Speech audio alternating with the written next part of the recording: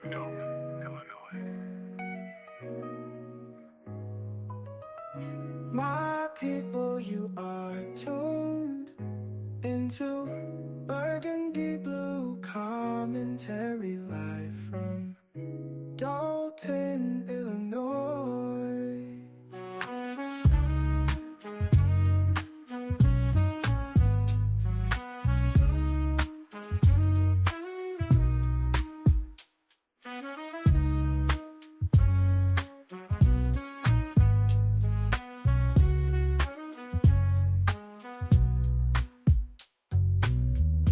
My people, you are tuned into Burgundy Blue Commentary live from Dalton, Illinois.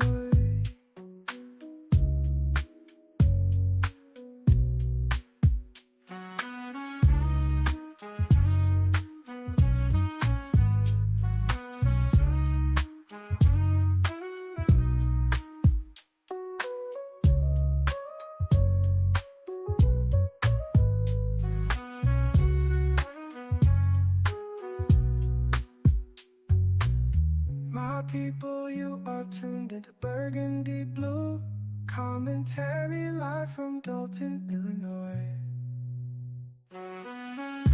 My people, you are tuned into Burgundy Blue Commentary live from Dalton, Illinois.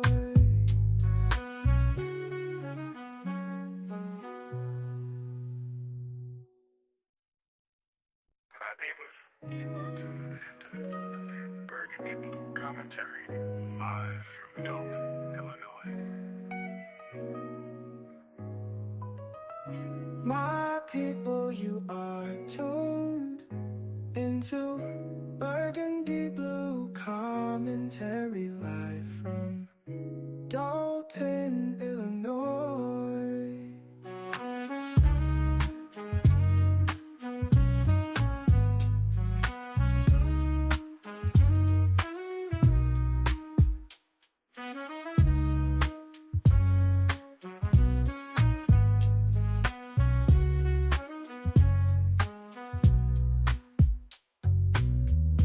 My people, you are tuned into Burgundy Blue Commentary live from Dalton, Illinois.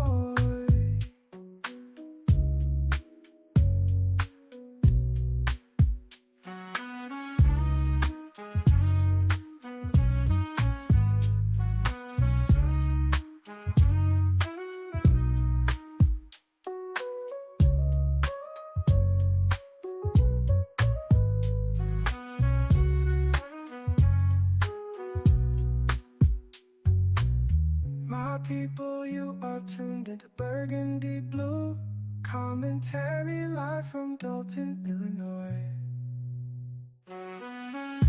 My people, you are tuned into Burgundy Blue Commentary live from Dalton, Illinois.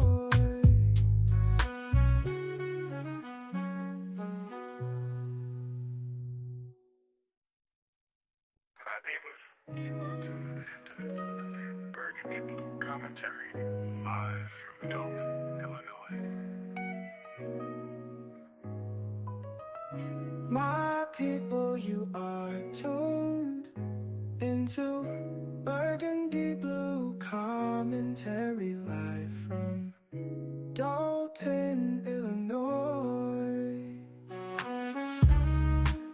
Commentary Blue Commentary Burgundy Commentary Commentary Blue Commentary Burgundy Blue Commentary Blue Commentary Burgundy Commentary Commentary.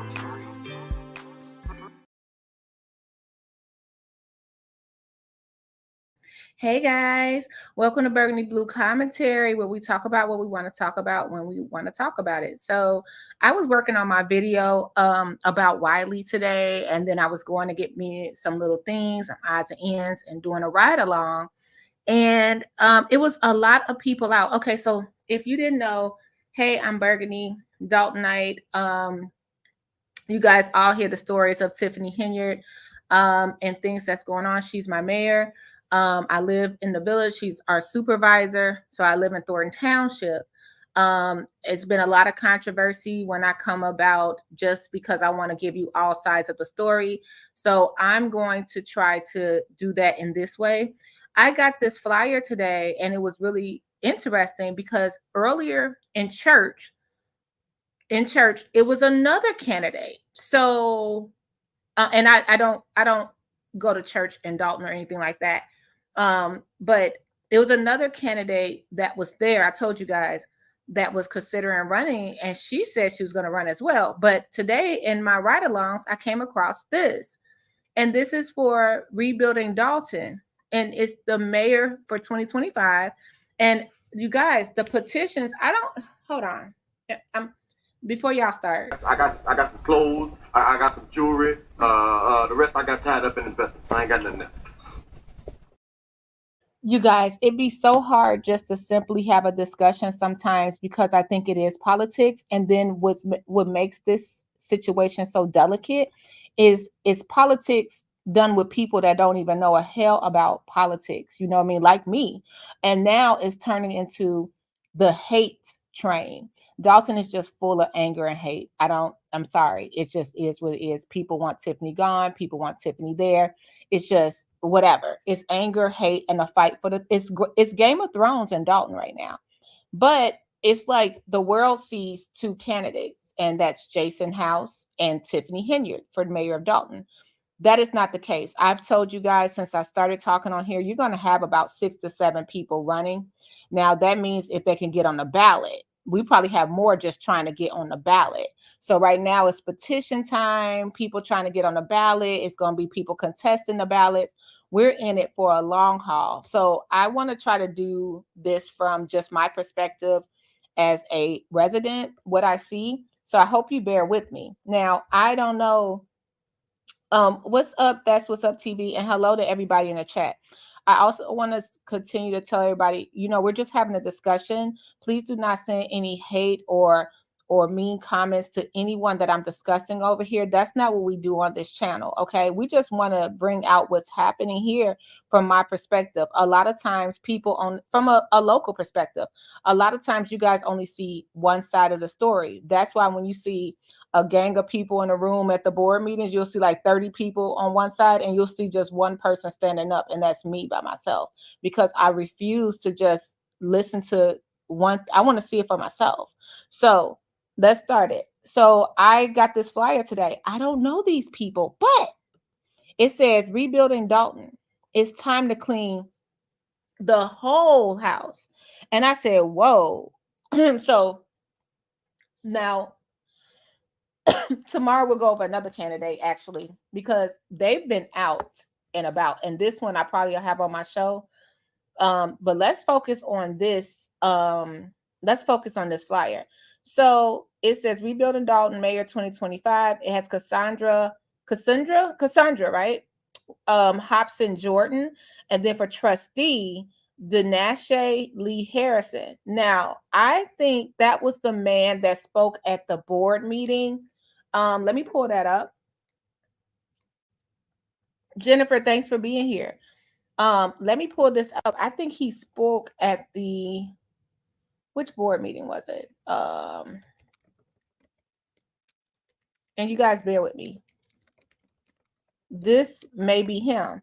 We were talking about who is this guy? Is he running with Tiffany? We still don't know who Tiffany is running with. Like, you know what? I hear her sometimes on her lives. Say if you're young and you want to get in politics, inbox me. I wonder if that is like an opening for people to run with her. I don't know. Everything I say here, you guys, it's just me talking to you guys. Let's pull up this board meeting. Let's pull up this board meeting right quick.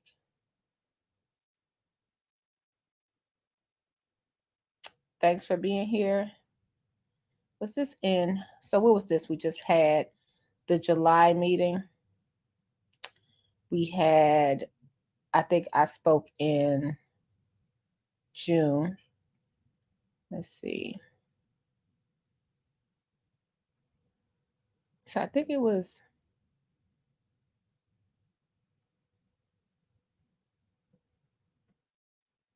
because all of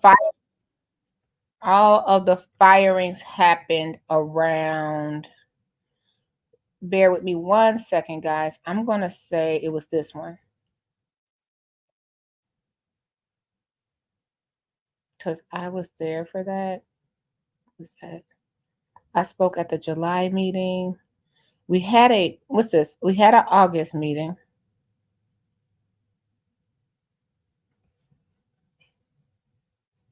Sorry, guys. Bear with me 1 second. I had it up and I just thought, but this is interesting. So let me continue to talk. It's going to be a lot of people running for the mayor. And you know what that means? That means splitting the vote. And one of our board meetings, so when I say split the vote, I'm not a politician. I'm not the end all. This is just me talking from a local. Also today, Tiffany, remember the supervisor with her supervisor position, she's having the Friends of Tiffany Henyard position. Oh, here we go. I think this is him. We're having the Friends of Tiffany Henyard position, right? I mean, Friends of Tiffany Henyard picnic. It's at the Just Ice skating rink. And if you recall, they said at the board meeting, no, we do not want you to have this. We want to, she tried to get it approved. They didn't approve it. Remember the ice cream and all that stuff. We'll get into that. But she said she's going to have the barbecue anyway. And I was at the store the other day and I told you guys, I saw someone like basically getting mobbed, for lack of a, hey, Cynthia, I hope everyone's in here having a wonderful day, because they had on their Thornton Township t-shirt and they're like, you work for Tiffany, you work for Tiffany. They were just doing their job, guys. So if you can, just be kind to everybody. Like I said, I'm not trying to play any sides. I just think we all need to see both sides of the story, and we need to see more proof of things as well. That doesn't mean that I'm like Tiffany is righteous and the trustees are not, or the trustees are righteous and Tiffany is not. I just think it's more to the story than what we see. You know, that's just my position on things. I hope you understand that. And hey, Gardis, how are you? So if you guys are just joining, I saw today a total of 2 mayoral candidates. And I mean it, 2 mayoral candidates. And now this will be 1 trustee candidate. So this is who I think this man is. Hey, Lotus, I think this is this young man. So I'm going to tell you, you all know I'm only going to tell you the facts of what I saw. And it's quite interesting to see how, let me tell you how cowardly some people are, as if I can, or not cowardly, sneaky. Y'all, we're gonna talk about the end. The stuff was so sneaky. Like, maybe that's my problem, how I get in trouble a lot, because I just be like, I walk up and say, hey, how you doing? You know, is it a reason you're taking pictures or whatever, if it's me? But I saw this one petition situation going on, and it was like a surveillance across the street from another camp. I'll let y'all guess who it was, but they had like a 80 millimeter, I don't even know but they had like one of those spy lenses taking pictures on their iPhone. Just go up there, introduce yourself. It's just whoever's getting petitions signed, that's an innocent party. They might believe in the candidate, you know what I mean? They just out there as an innocent party asking for signatures, handing out flyers. You don't have to be across the street doing surveillance. It's just a cowardly thing to do, in my opinion. Like, is somebody handing out petitions? Go up to them. Hey, what you doing? How you doing? I'm supporting my candidate. Blah blah blah. Y'all already know who was doing it. You already know. I'm like, y'all are so weird. They had the spy lens on. Okay, so I'm like, just walk up. So this is who I think this man was. Now I didn't see him. I saw someone handing out petitions, and I just want to give y'all outside. Hit the like button. I just want to give y'all an outside view. on how things can be. You know what I mean? Like, even if you see me, you don't have to tiptoe and be like, oh, you can say hello to me. And I'm not saying it like you don't have to whisper. Just, hey, Berg, how you doing? I want to talk to you about this. It's perfectly fine. I've had those discussions before, but just don't come at me yelling and screaming and waving your arms, because then we have a problem. Other than that, we good. Like I'm telling you now, pause. That was the break. Now, this is my stance on these. I could be, we always go to history and see how this age, but I want to put a break right there. So all I'm saying to you is like, come on, guys, we got to do better. We have to do better. And all I can tell you is that I am a fighter, and y'all know that. So when you come for me, be prepared for the fight, because at the end of the day, they talked about Jesus Christ. So why don't I think y'all are not going to do me the same way? Somebody that's healing y'all and helping y'all. Same thing I'm over here doing, right? Healing and helping. Right, asking another employee who went on that trip. You went down to Springfield, and what were you hoping to do in Springfield? You need to ask the people that handles that. I'm not the one that handled it. I was just riding the bike. We need more. Okay, I want to say something now. I want to put that break there. In my heart of hearts, this is me. I'm nobody. It feels like, to me, I don't know Jason House. He seems like he's cool. You know what I mean? Don't know him. Met him once or twice. Don't know him. He sat down to breakfast with me. That's it. Y'all go make this man lose. And I'm talking about the people that say they support him. Y'all have to calm down. You have to calm down. I don't know if you think this is the right way, but you're making this right here. If this is what you want, y'all are making him look so bad out here in these streets. Y'all are making him, like, Tiffany people are delicate compared to what y'all doing to this man. Calm down. All that screaming and hollering and attacking. Calm down. Support. If y'all support Jason House, support him. What this? I don't know if this is regular politics, but I've been around long enough, and I've never seen nothing like this in this area that what we have now. Y'all can calm on down, because he seemed like he's a calm mannered, mild-tempered dude to me. All that stuff y'all doing, it almost makes me feel like y'all gonna bully him in the corner. Stop it. That's my opinion. All right. But I know what y'all gonna say if I tell y'all this. Y'all gonna say, ain't nobody gonna approve that. And all right. This is the gentleman I think that is on this flyer here, right here.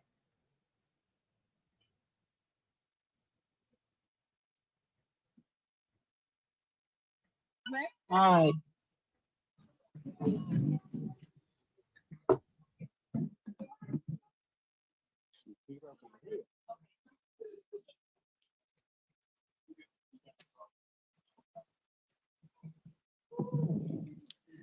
Hello, everybody. I hope that all is well with everyone this evening, and if not, I hope it will be after this meeting. My name is Denasha Harrison. I've lived in Dalton for a little over a year. I've served my country for over 20 years in the United States Marine Corps, and I would like to thank everyone here for their service and the families that are attached to those who served. I've had my experiences dealing with affairs of other countries for the good of their people all over the world, making sure that their way of life was protected because of our values here in the United States of America. And I'd like to think that it's not only for the best interest of those countries, but for the interest of ours as well. Although I'm originally from the west side of Chicago, Austin area, right? I decided to put down roots here in Dalton because this town lends to a certain peace that the west side could not provide for me.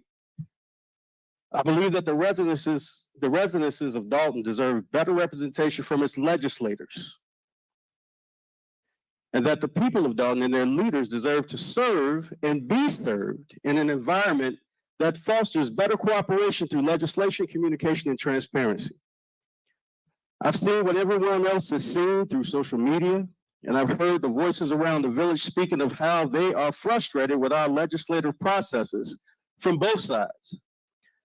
I won't pretend to understand all the issues and battles that exist between the mayor and trustees beyond the clickbait or the motivation of the media outlets beyond the facts, but I do know that in the middle of it all, the constituents, the people of Dalton are in the middle of the dysfunction that is being displayed by the very ones who should be leading our village towards better resources, programs, activities, and fiscal transparency that can all be the benchmark that we build as a consensus around the things to propel this village forward. We should all be working on how to get to yes together by taking a this and that instead of a this or that approach. One thing that everyone has in common in this space is passion for the city of Dalton. Passion to do right by it or passion to tear it down, but passion nonetheless. So I want to encourage the trustees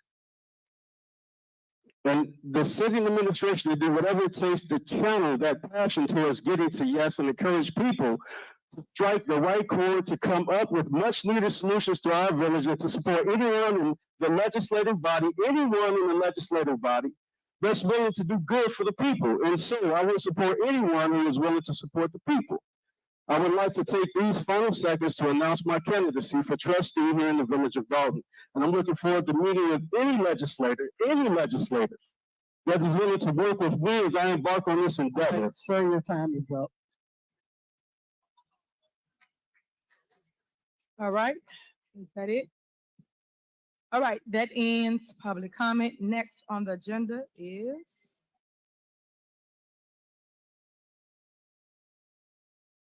So thanks for being here, guys. So don't forget to like the video, share with a friend. We're just talking about some of the new possible candidates. Now, it was an assumption from outside that we were like running for trustee, and we were trying to figure out, we said, oh, he must be running with Tiffany. That's what we thought. Like he's running for with Tiffany, but he's running independently, it seemed like at that time. But now mayor is Cassandra Hobson Jordan. I think I want to do a separate video about her because I don't want to get the stuff I found was a little more. I know she's running and I know about, transparency and all that, but she's not technically an elected official. So I don't want to put her business out there, but I'll do a video on her later.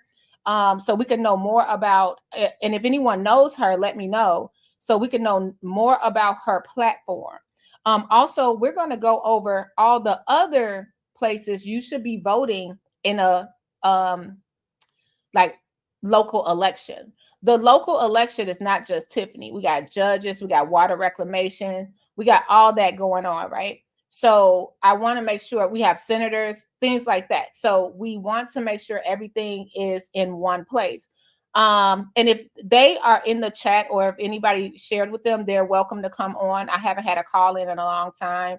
And if I may drop the link for people I know only, like if you want to call in and say something about this, because yes, we still got petitions and we still have to get on the ballots. But y'all, it's going to be about, I'm going to say, when we get down to the nitty gritty of things, Burgundy's prediction is at least 7 people are going to be running for mayor. That's Burgundy's prediction. Let me know what you think. And I know a lot of people are like, oh, it's just focused on, he got one. They said that one trustee was like, oh, you could go, your time is up. One former trustee.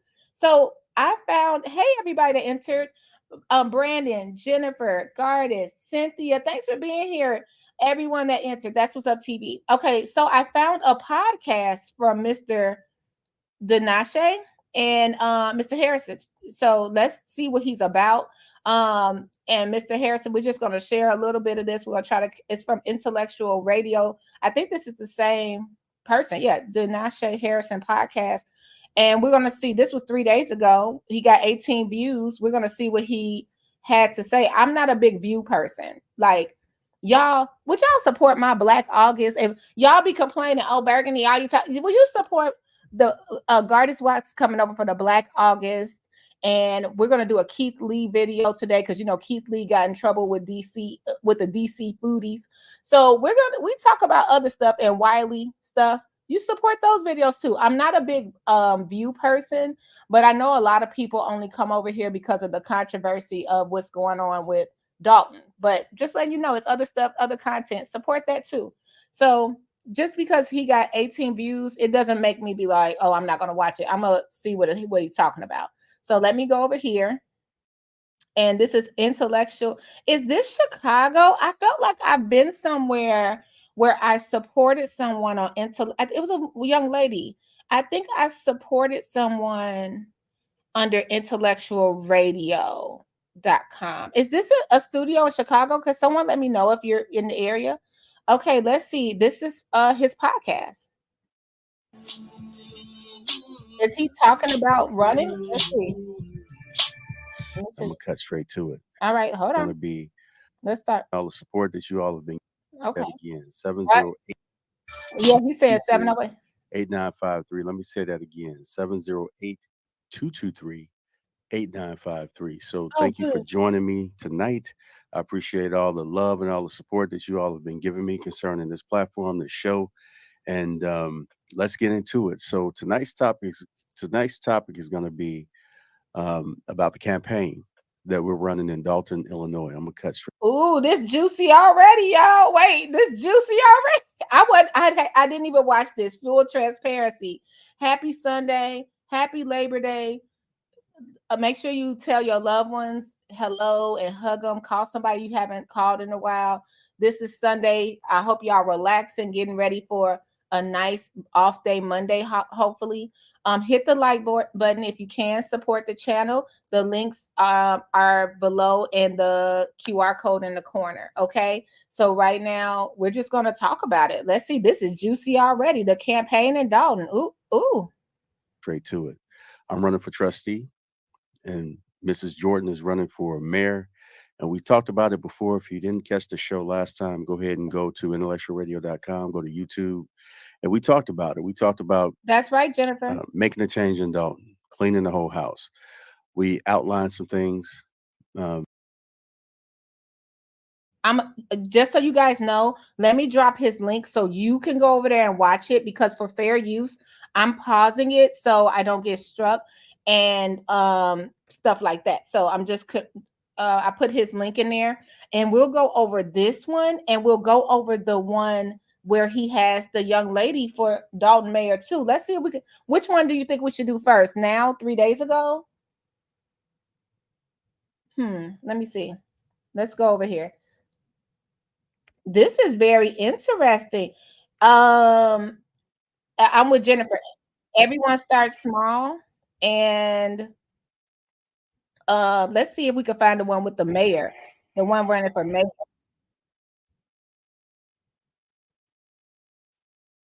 Okay, I see a lot of people over here. You got Tyrone Muhammad over here, ownerships, Born Rich. I remember them. Let's see if we got any more. Let's see what we can find. We might just start here because he did, this is 8 days ago. I see a lot of people over here. Oh, interesting. Okay, he was 3 days ago. The so is this Black conservative? Anybody can do a podcast here, or do you have to be a conservative? This is interesting. I see a lot of conservatives, a lot of Trump people here. We'll start here because I don't see the one where he was talking to the young lady. This is quite interesting. Let's start there. Let's start here, guys. To the young lady that's running for mayor. We'll start here. Hit the thumbs up. Wow. Garda says, yep, when Brandon Johnson announced his candidate for mayor, many news outlets gave him 12 to 15% chance to win. Now he's the mayor. Let me tell you something. So much could happen. Okay. Tiffany could be reelected no matter what we think. She could have a whole new trustee board. Jason House can Jason House could decide to let Kiana Belcher or whatever. Ever since that president vote, I always feel like Kiana Belcher is going to be the mayor. But it's just so many interesting things that we're not thinking of because nobody's focused. Everybody's focused on the YouTube mess. Things like this is what I want to know. Who's running? What's their platform? Like what are they going to bring to the village? What's their, he's only been here a year. So he's running now. Doesn't matter because people been here 40 years and haven't made a difference. So a year, I'm with it. Let's go. Let's see how it goes. Let's start here. And if we find the other one with the mayor, we'll go from there. So hit the thumbs up. More so in the second half of the show about what we were going to work on specifically. First half of the show, we talked about pretty much what you all have seen in social media about the things that are wrong. But I want you all to know we're not just highlighting the things that are wrong about Dalton. We're also talking about what our plan is to combat some of these things with the taxes and the empty houses and just different ideas and plans. A lot of people who live in Dalton want better. They want to be represented. Y'all, if you didn't know, it's Burgundy Blue Commentary, so I have to give my commentary and I have to stop it for fair use. This is the side of Dalton I'm talking about a little bit. A lot of people that stay inside, that don't want to be in the mess, that just want better. I did a ride along today, and on one block had, I think it was 20, I counted it on a ride along, 27 houses. And out of the 27, 9 were abandoned. So imagine living in your house is manicured, beautiful, no problem at all. And different sides of Dalton. Like on my block, we got about 16 houses.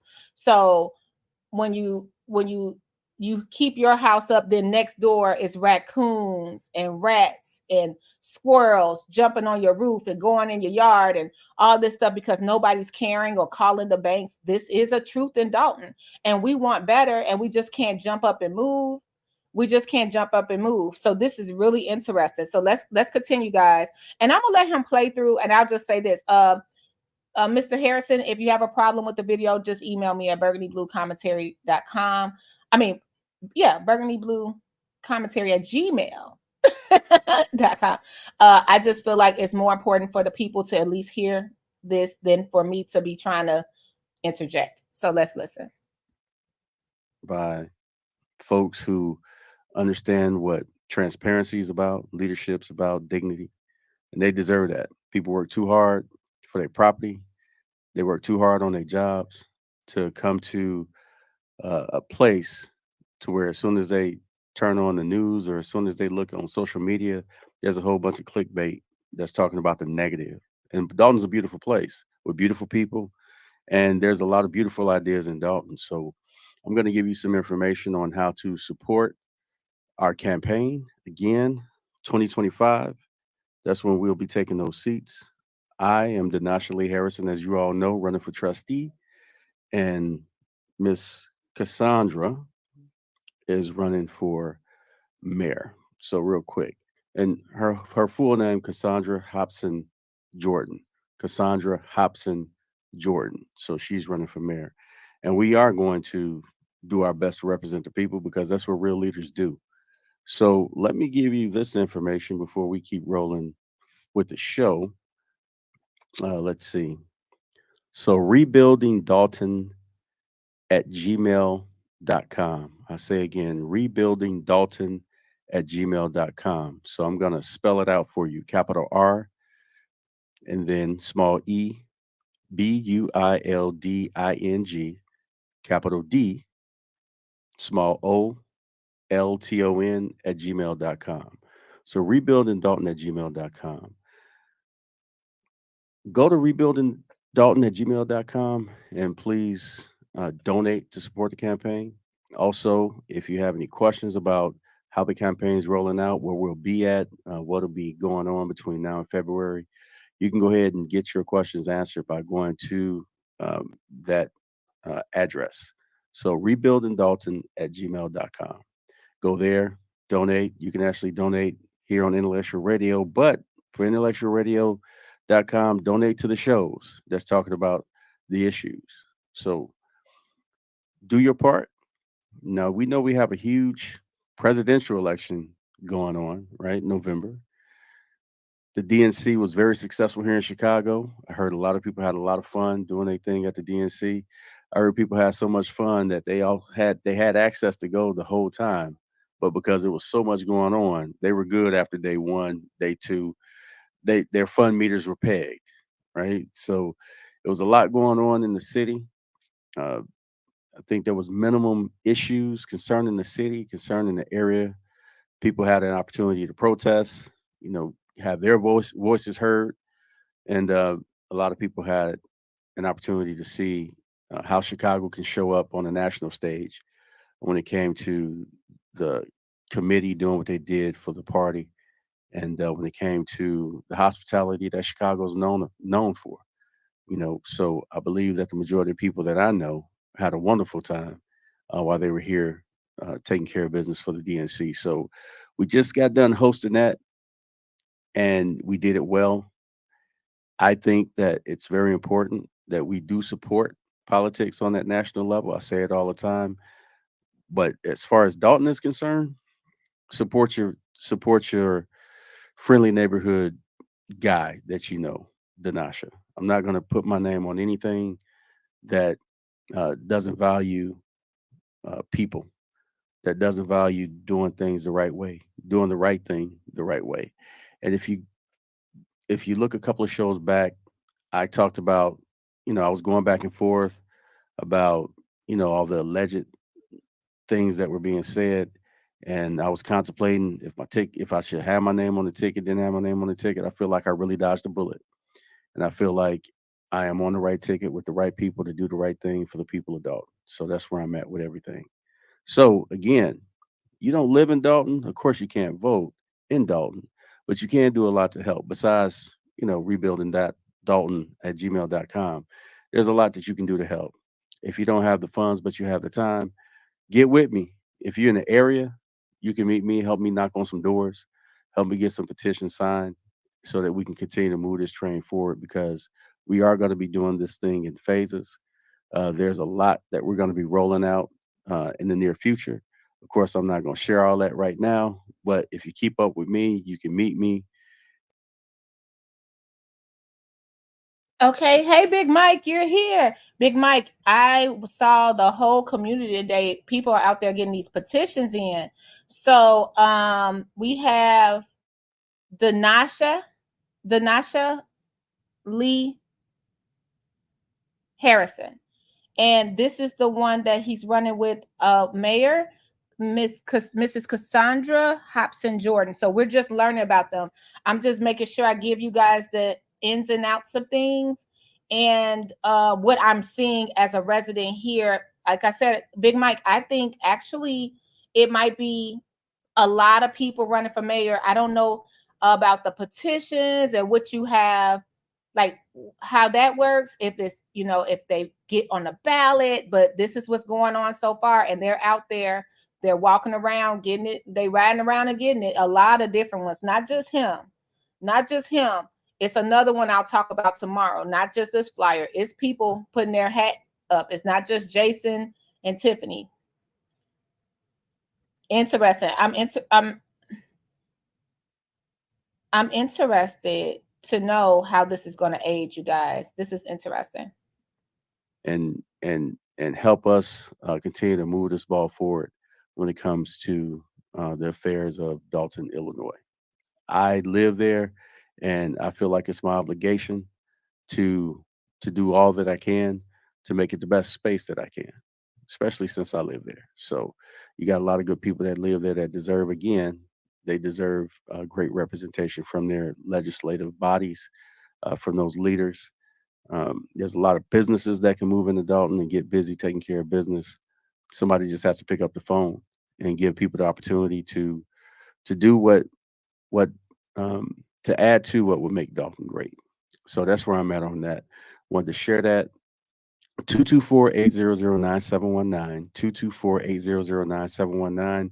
That's my direct line. Feel free to give me a call if you got any questions about what's going on with the campaign in Dalton, Illinois. If you got some questions about what's going on here at Intellectual Radio, if you got some questions about what's going on in Chicago, just hit me up. Let's have a conversation.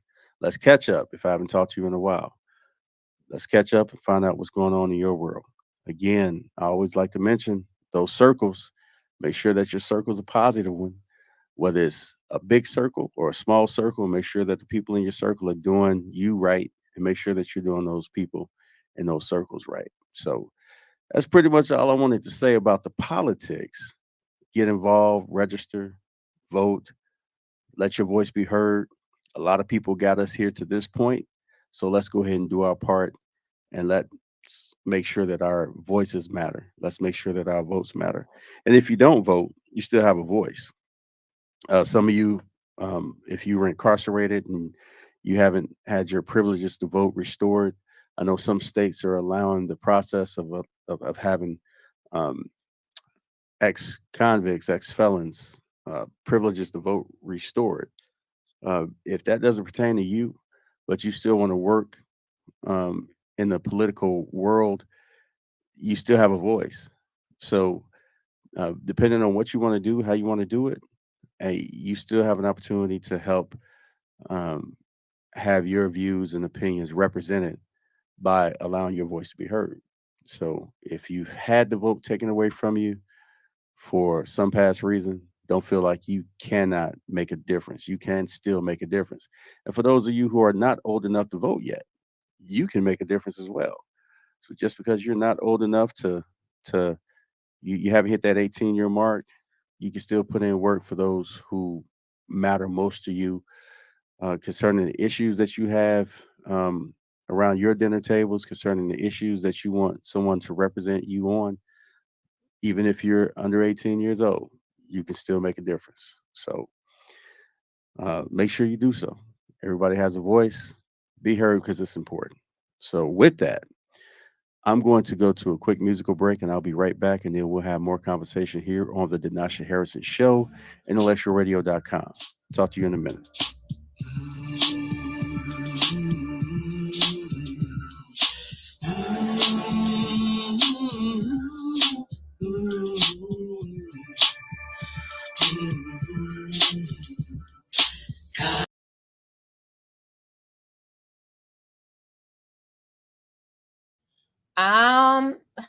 Big Mike was saying that a lot of them are gonna drop like flies.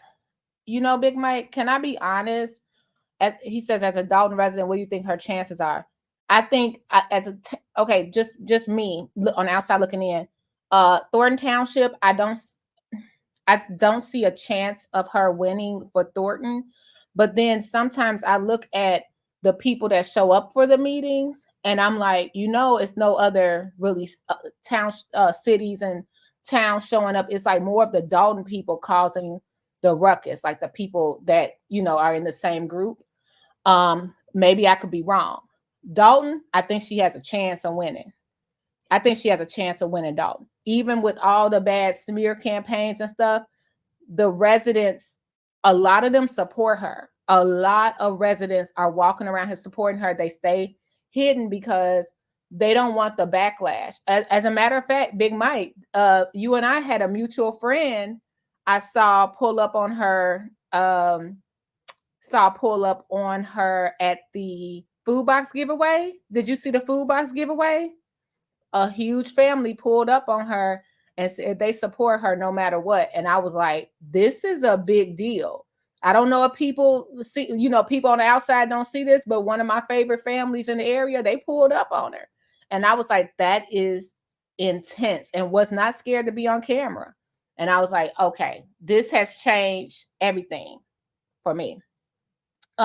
Big Mike and Gardis, if y'all want, it's Sunday. I'm gonna just put it in here. If you guys feel like it, let me know. We're gonna keep it going. I'll just put it in here for you guys. And if Mr.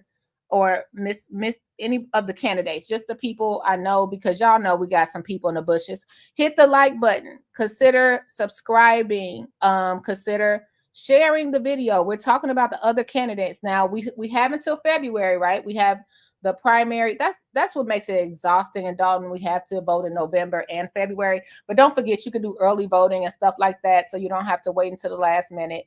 But let's go. Let's see what he has to say. This I so far I like his calmness. We don't know much about him, but let's see what's going on.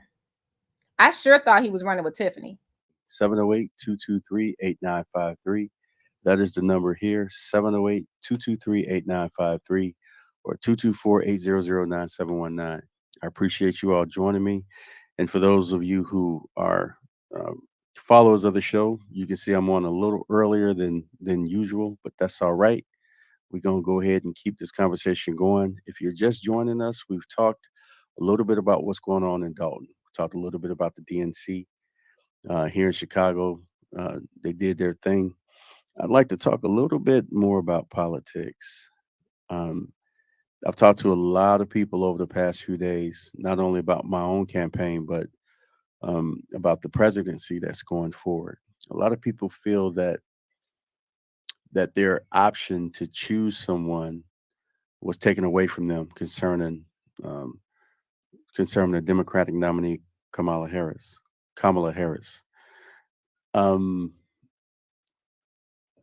Everybody's entitled to their own opinion, but I call bull crap on a lot of things that a lot of people are pushing, because I believe that ultimately people just don't want to vote for a lady to be in the White House.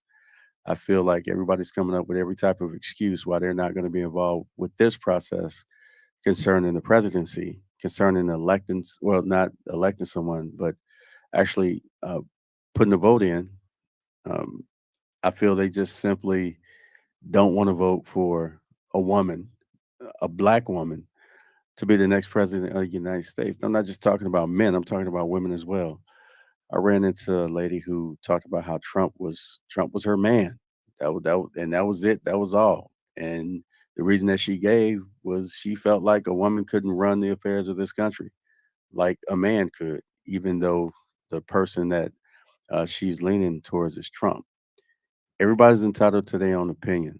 Everybody's entitled to their vote. Everybody's entitled to their voice. But again, I think we do ourselves a disservice when we don't. No, we're not in Dalton. You can't have. I interject. Not, sir. Not in Dalton. You not in Dalton. You are not entitled to your own opinion or your own voice. You will face consequences and repercussions if you do not go along with what everybody else wants you to do. I can attest to that. I can attest. Hit the like button, guys. I appreciate you. Hey, Critical. Regina, hey. Oh, that's a whole nother conversation. All right, let's see. Let's go on here.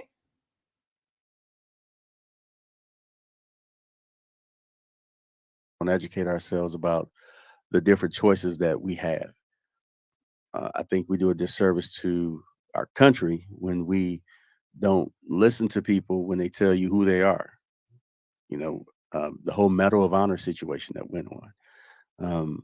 The Congressional Medal of Freedom versus the Medal of Honor. They're in two different categories, but you have someone who wants to be at the helm of this country who does not distinguish the difference between the two, whether he's too ignorant to understand the differences or whether he simply does not care.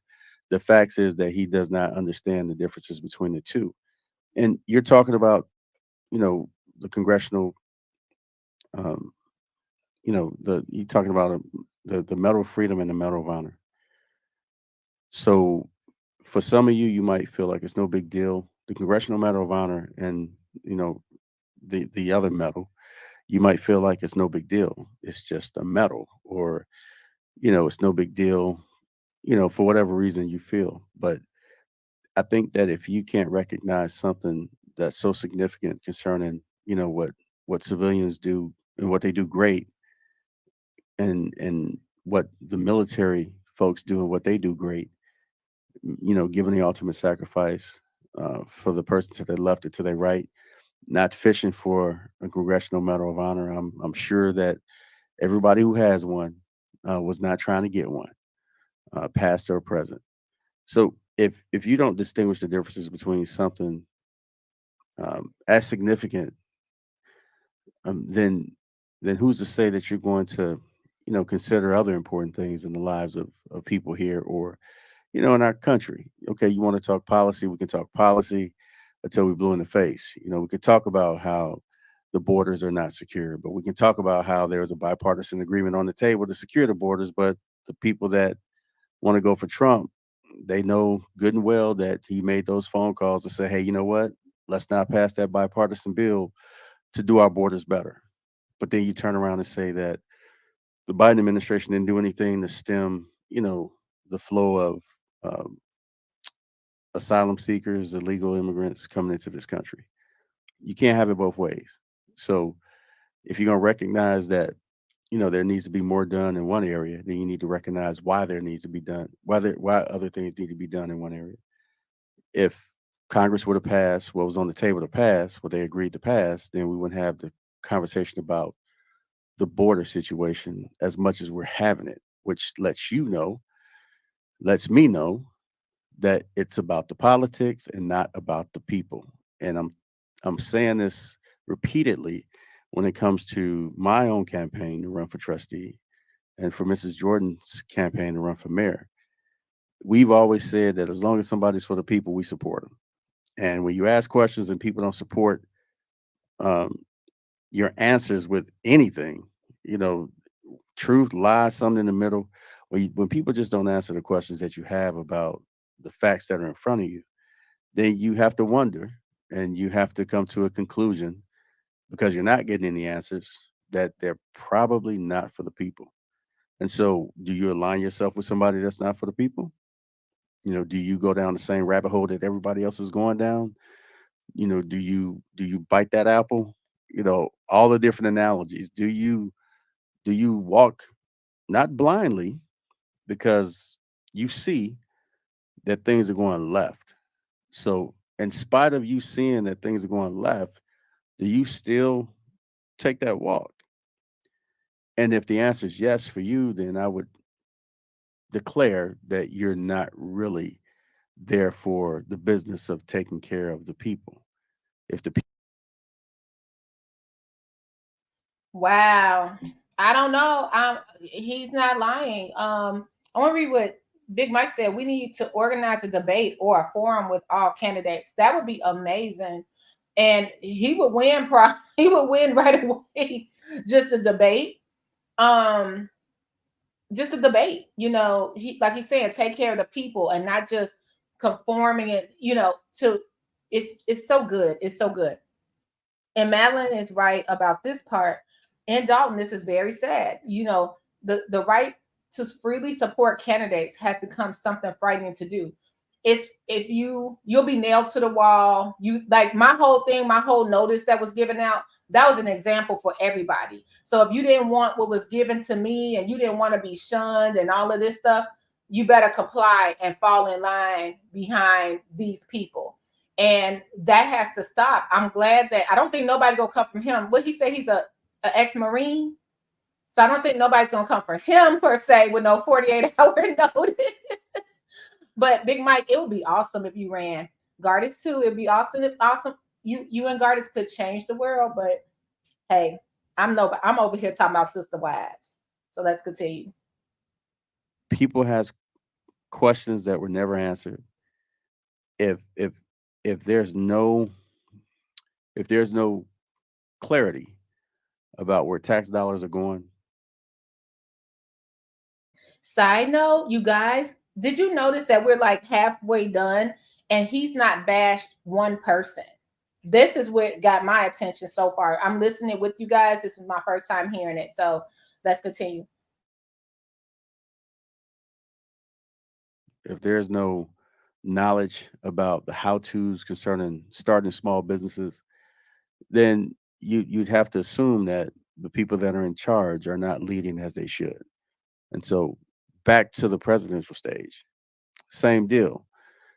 You can pick policies and you can debate policies, but at the end of the day, when you have someone that's qualified and someone that's not qualified based on previous experiences, then make the right choice. not the popular choice. Make the right choice. The choice is that you want somebody that's in office that can lead our country and that respects, or at least acts like they respect, uh, the people that are in the prospective positions to help keep our country safe and keep our country free. So whether it's true or not, I don't know. But if a person's blatantly telling you that they don't give two I'm not going to pay for this curse jar, so I'm not about to swear. If they don't give two cares about you or your accolades or what's going on in your life, if they're telling you that, then believe them and make the right choice for your household. Don't just go with the popular vote. Um, an example for me, I voted Democrat since I've been voting. Concerning my ticket, I'm not running as a Democrat. I'm running as an independent. And for me, Democrat, Republican, Independent, whatever gets me closer to the win concerning the people's business is what I'm gonna do. Now, I believe that most independents are Democrat leaning.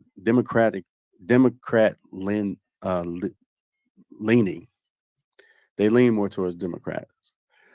Um, if you want to look at it as, a conservative Democrat with liberal Republican views, then you got yourself an independent.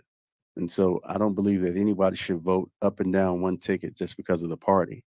I believe that you actually should, take the time to take a look at what people really do stand for. You're not going to agree with everything. You're not going to disagree with everything. So take a look. And of course, if your party is leaning more towards your values or the party that you usually go with, then do the right thing so that you're not an obstacle to the process of getting a better deal for the things that you believe in. So I've said often that I'm no one's yes man, and at the same time, I'm not going to be anybody's obstacle. So concerning this presidential election, concerning my own campaign, I'm gonna make sure that I support those people who support the people. I had a conversation with some trustees, and they asked the question, "Hey, why are you running? If you run, you're going to split the vote." And my answer was, well, it's not really about who wins or loses as long as the issues that are in front of us are handled, as long as the people are being taken care of. It's not important about, who wins or loses. And then that person said, well, if it doesn't matter to you who wins or loses, who takes the seat, why don't you just run some other time? Why don't you run in a couple of years? Because You guys,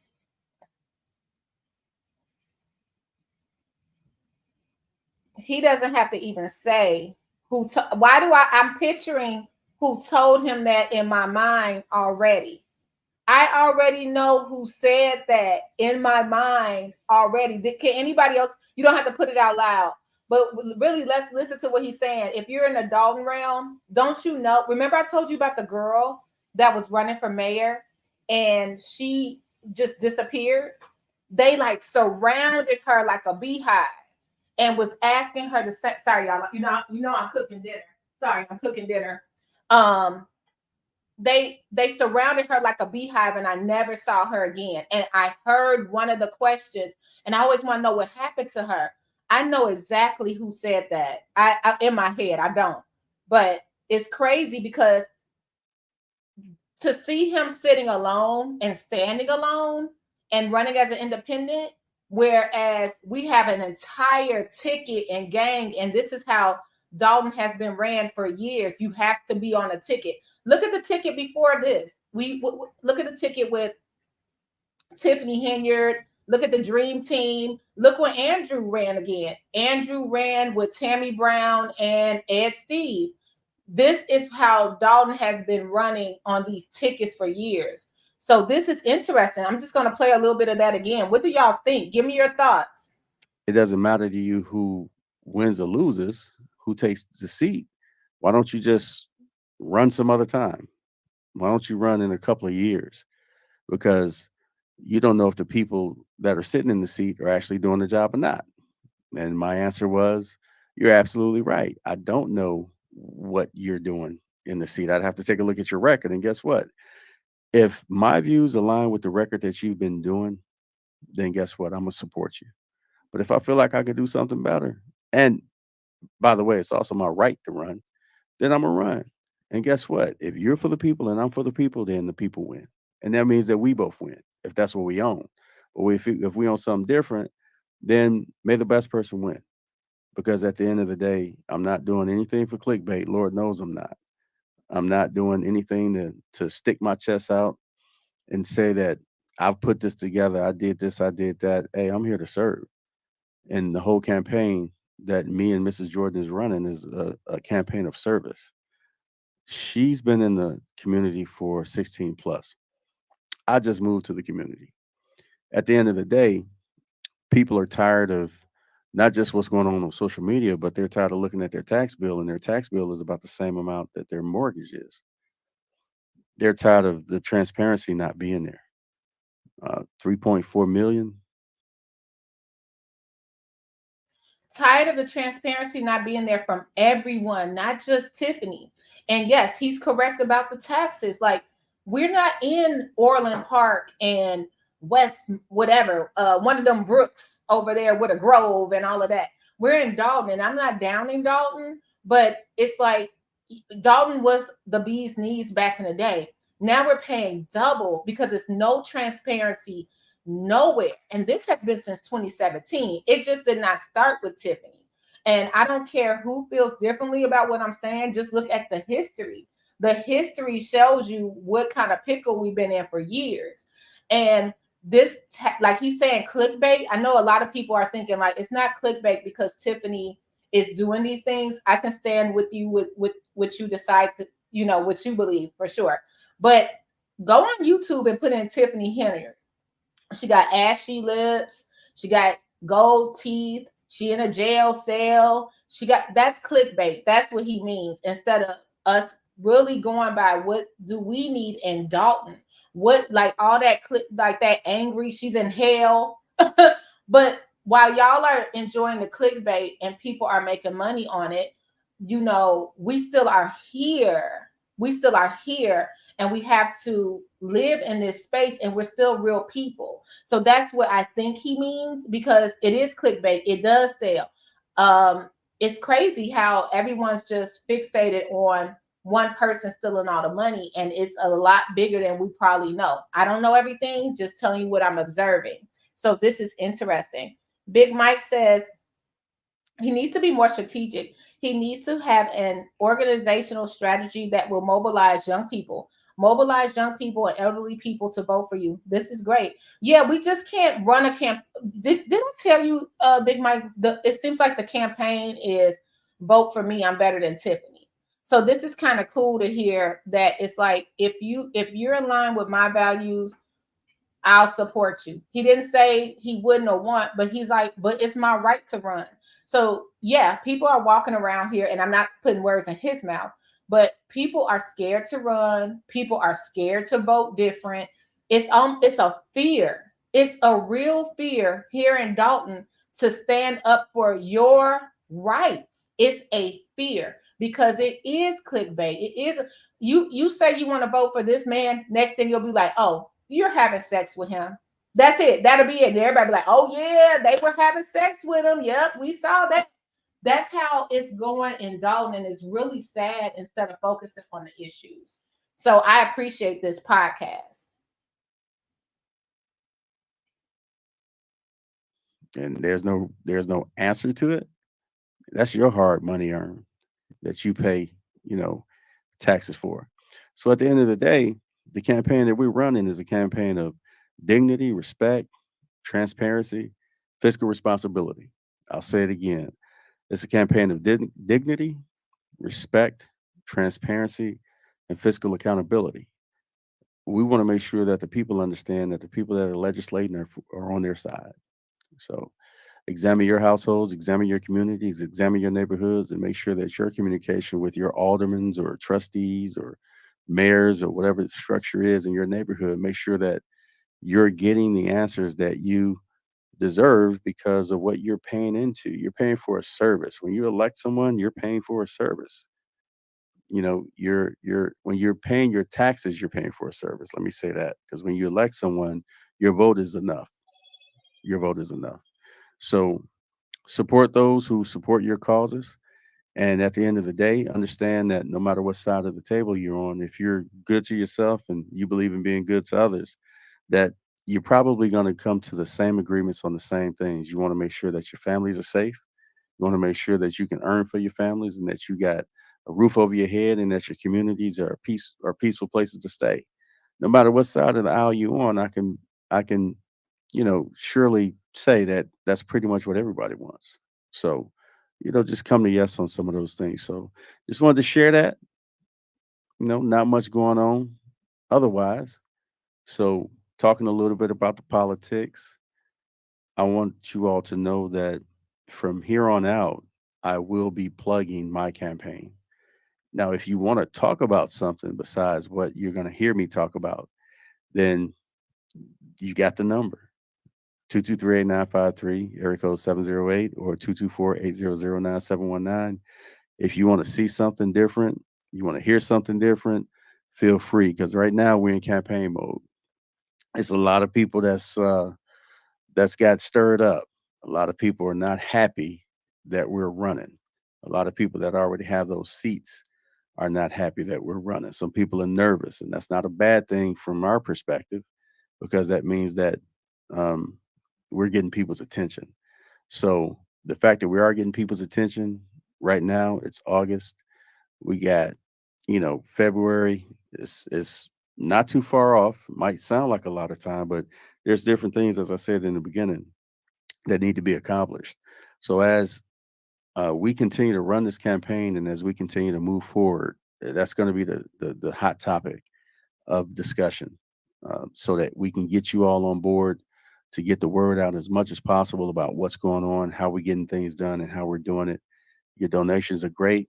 If it's not the dollar, make it your time, whatever you can do, spreading the word, just make it happen. We really appreciate it. And, if you know me, and you're going to get to know Mrs. Jordan, you just watch our actions, right? Watch the walk as well as listening to the talk, and follow us. Make sure you follow us, and make sure you give us your opinion about what's going on. Constructive criticism is always good. We don't know everything. Some of you out there got wonderful experience running campaigns. Some of you have wonderful experience with these type of things when it comes to politics. If you think something needs to be done different, you want to pitch your idea in the ring, please do so, because we're not going to turn away a good idea when it comes to trying to come to yes, so that we can win those seats and do what we need to do for the people of Dalton. So just want to share that. Next Wednesday, we're going to be talking about campaign stuff. I'll have more details about what's coming up campaign wise. We got a lot of great things that we're going to be doing in Dalton. So I'm going to give you some times, locations, events, just help you all follow this path, follow this journey with us as we move forward to take care of business for the people. So that's pretty much what I wanted to talk about today. Just wanted to come in and say hi. Again, I had the opportunity to come in a little early, had the opportunity to be like, you know what? Yeah, let me just go ahead and show my face, say, hey, how you doing? There's some things that we will revisit. Um, the last time we talked a few shows ago, we talked about King Mustafa. He was supposed to come on, but I believe he had a death in the family, and I haven't heard from him since.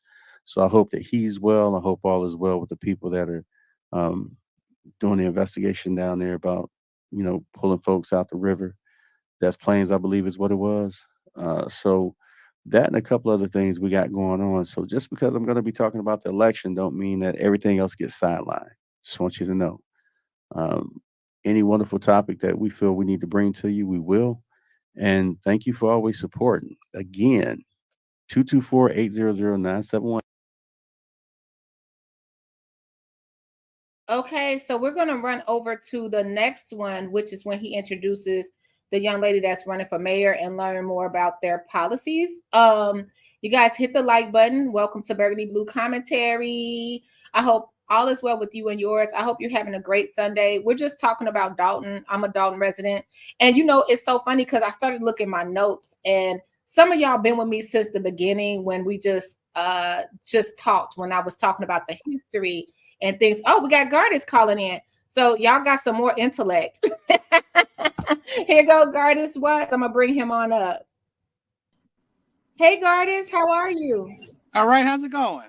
Happy Sunday. It's going well. Thanks for coming on. You want to share anything with us? Yeah. So I've been listening to this brother here, and I mean, he sounds very intelligent, very calming, very soothing voice. I've been driving too, so, and then also I got limited time, so I got a meeting at 1. So I'm gonna make this fast. I'm not gonna be long-winded. No, go ahead. But unfortunately,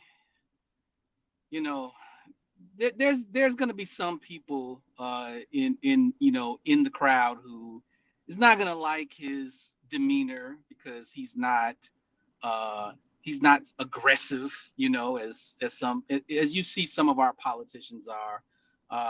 He's not as how should I put it?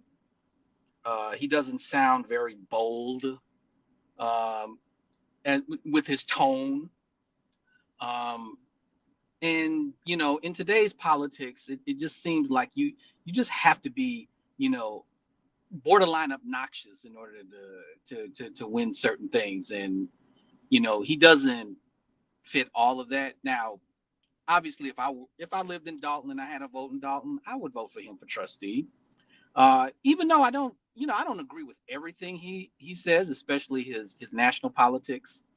I think I heard him talking about one of the reasons why people who don't vote for Kamala is because she's a woman. I don't totally agree with that, even though I do know that there are some hard right-wing conservatives who would take to that. But there's some people in within the specter of politics who don't just go off of people's gender or how they look or what they say, but actual people who look at the politics of certain individuals. One of the things about Kamala that has become the brunt of her criticism is basically her record as a prosecutor in California, how she prosecuted a lot of black men.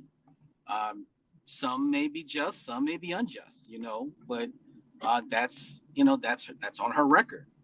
Her stance on the war in Gaza, many people feel, and I'm, I don't know, but it just seems like she wants a ceasefire in Gaza, but at the same time, it's like she's still protecting Israel from its war crimes against the Palestinians. So some of that comes into play with her politics, because I'm not into playing the whole she's not black type of thing, because that's not what I argue against with her. I'm very critical of Kamala, but I'm just critical on her politics alone, not because of who she dated or if her mom is foundational Black American or whatever it is, because that's not me. Just like with Barack Obama, I was very critical of Barack Obama, but when it comes to the point of there was a lot of racial hate thrown towards Obama's way, and and then also too Michelle, they always called Michelle a monkey and stuff like that, but that's where I drew the line against people who would do that. Like, no, I'm not in here to feed your racism. Just like with Tiffany, when they talk about Tiffany, all I see is these memes of her comparing her to Lil Wayne and stuff like that. It's like, you don't need to do that in order to lash out against her. That to me, that's a sign of immaturity when you start doing these crazy memes on people. You don't have to do that, for a person like Tiffany. She has enough things you can criticize alone than to do that, immature type of thing. So, going back to this brother, I think he's sincere on his policies, or whatever he reveals in his policies, because I haven't heard anything of what he wanted to do in Dalton as a trustee. But I mean, he seems very connected to politics. He understands it. That's a plus. He can very well articulate it, and I really appreciate that, because there are too many politicians out here who cannot articulate their political philosophies, and but then they'll say something crazy like let's build a wall, or I love you and you can't do nothing about it. Those catchphrases. Yeah. Because that's what politics are. It's all about catchphrases. So yeah,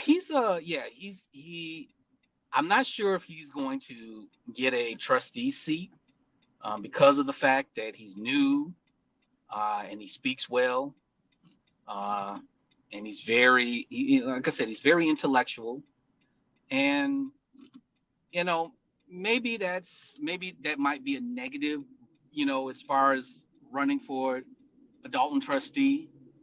And I mean, this is not to say that, like, say somebody like Jason House is not smart. I mean, we all know he's also a very articulate person as well. But the one thing about Jason is that he's been a trustee for 8 years, so he has the roots in the politics already when it comes to being an official. But we see Jason running for mayor now, so this is going to be a different level of politics he's going to be playing, because I'm not sure. Jason's never ran for mayor, right? Yeah, he has. I think, Big Mike, can you confirm that?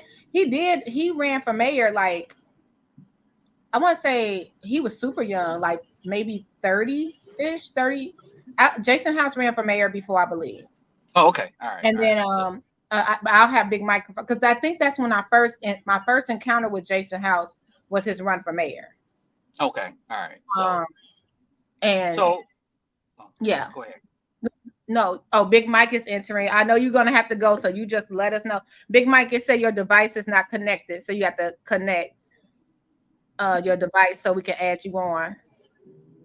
It's just waiting for your device to connect. The Big Mike just called in. Now, this is the thing. Can I ask you a question, Gardis? I think this is what I know that I was told. This is me speaking Burgundy. He's the person, in my opinion, this is Burgundy speaking, guys. In my opinion, this is why the trustees on record will not ask Andrew Holm to step down, because someone like that could take that trustee seat. Tiffany could appoint someone like him, and it'll be over. Yeah. I mean, the main part is because Tiffany will just appoint somebody that she likes in that particular seat, and that's the reason why. But I doubt if Tiffany would appoint somebody like him. No, okay, Big Mike, you on here with us? Go ahead, Gardis. Big Mike, you have the floor. Hey, I just want to apologize to Gardis. I know you've been reaching out to me. I've just been in Phoenix, Arizona, managing 2 campaigns. I'm involved with a lot of politics out here, and it's just been it's been really hectic. I don't even have no worries. No worries. But to answer your question about Jason House, yes, he ran for mayor in 2011. He ran, I think he ran independent, and he lost that election. Obviously, the circumstances around it was that he sounded a lot like the guy that we just watched. Very straightforward, honest, very candid with his responses. But what was lacking behind that is an organizational strategy. Because it's one thing to be candid and be straight up honest with people and just tell people like it is. It's another thing to have those qualities. Plus, you saying what is the big issue, and you're persuading those people that this is the issue that we need to focus on and why you are the guy to solve it. And that's something that he didn't have in 2011. And this guy, from what, based on this video, I don't think he has that either. So hopefully I answered your question. Well, Mike, let me ask you this. You know, for you know, when running in his capacity, and also to the state of the state of what the village is in, financially, also too within the community itself, which is divided. Does somebody like him have an ear to some sector of Dalton that would listen to him? I mean, we all know that the people who attend the board meetings probably is not going to like this person, but that, you know, people who attend the board meetings is probably less than 1% of the population of the voting block. Is there a section of Dalton people who will listen to him and actually come out and support him? It's hard to say. And it's hard to say. I don't know if he ever attended the board meetings. And it seemed like he's not even at the top of the ticket. It seemed like this Cassandra Hobson Jordan lady's at the top of the ticket. Yeah, she's running for mayor. Okay. So I think that question that you asked should be more directed towards her, since she's at the top of the ticket, because I know I'm not trying to put anybody down here, but he's running as a trustee and he's running at the bottom of the ticket. He's running with her. And so by definition, if he's running with her, that means he's in support of everything that she is advocating for. And so the question, so to answer your question, two things. Number one, what's her agenda? What's Cassandra's agenda? I haven't heard anything about what she stands on and what her views are on a lot of this mess and how she's going to clean it up. What is her ideas of cleaning it up? I think I need to hear that to get to be able to answer. But assuming that this guy is running for mayor, I think he will have a great shot at trying to persuade seniors and homeowners. I mean, he mentioned that, property tax bill is almost the same size of a mortgage, right? And I think that being able to convey that and actually come up with reasons or solutions, rather, on how to make taxes go down. I mean, that will get a lot of people to, or a lot of seniors, a lot of homeowners to support them. To be honest, I got to really know their campaign strategy to even give you an answer. Because I really don't. I'm just hearing this guy for the first time, and I never heard from the top of the candidate at the top of the ticket. So, hopefully that's not too much of a. I know it's not an answer that you would like to hear, but I really got to look at their strategy to be able to answer that question. Yeah, and I think what you just said.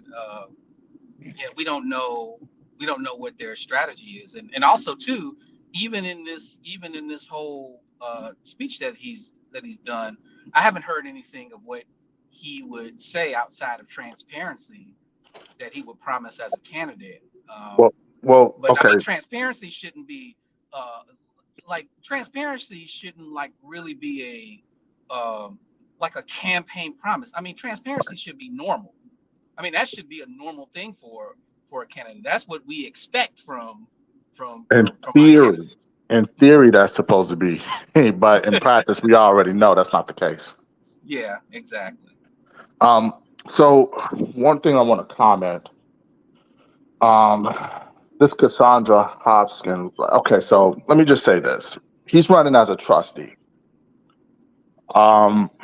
Normally, trustees in villages, it's almost similar to an alderman in a city. they don't have a say in the day-to-day. Typically, they vote. They have a vote on confirmations of appointees. They have a vote on, who gets to be the village manager, for example. They also have the vote on, salaries and things of that nature. And so that's typically, in a nutshell, what a trustee's role would be. The mayor is the one that has the most power and responsibilities because they're the ones that are overseeing the day-to-day. They're the ones that are making sure that things are being prepared for the board to be able to see. And so in this case, again, I like hearing what this guy is saying.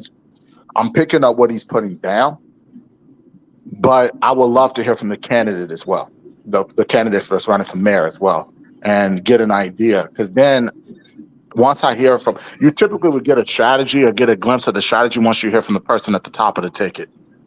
That's when you'll get a glimpse of how they're going to go about it. You also get a glimpse on, this person in terms of their agenda and how they're going to solve the issues. I'm not saying the trustees are not, you shouldn't pay attention to trustees or the people that's running for trustee. Those positions are just as important, but in terms of the actual political play in the day-to-day is usually the candidate that's running for mayor, and the trustees are the ones that are just in line with the people that's on that ticket that's running. So we'll be here. I'm going to play her interview next. I'm pulling it up now. Hopefully she gives us some insight. But I haven't seen her speak at the board meetings, and I'm not sure if I passed her at the board meetings. But I agree with Big Mike. Like, I guess he would be following everything she says, right? Yeah, I run campaigns like this before. And typically the way how a slate is run is that the person that's running for mayor, the candidate that's running for mayor, they're the ones that set the strategy. They're the ones that set the organizational strategy and the marketing strategy in terms of how the campaign is going to run. And the trustees are just there. Oftentimes, some people will have it where the trustees will have a say in the strategy and all of those things. But most of the time, the trustees are just running along with that strategy. But do you think with this particular campaign, because she only has one trustee on her ballot now, that can change. Then the deadline to change that is probably around like January, right? Yeah. But I mean, let's just say that she does win the election, Right. and let's just say he wins his trustee seat. However, she's going to be coming into an administration where let's just say hypothetically that all of the people who are on the board keep their seat, and let's just say he hypothetically beats somebody like Andrew Holmes or Stan Brown or your favorite guy, Stan Brown. But they're gonna be still going up against the old administration. Right. So it'll probably be the same thing over again. But this is what I was trying to. I don't mean to cut you off, but this is what I was trying to say with when Trina Downs was on live a couple of weeks ago. Is that she's running as an independent mayor candidate. She's not running with anybody. And I was trying to say, and you brought up a very valid point on why slates matter. You bring up slates so that you have people run as a slate because you're trying to get a team of people that will help you carry out your agenda. When you run independent or you run with one trustee or two trustees and you leave the rest of the two vacant or three vacant, for example, you're leaving that to chance on your agenda not being passed. And your agenda not being voted on. And so to me, in my opinion, and it could be a trusting, I don't know.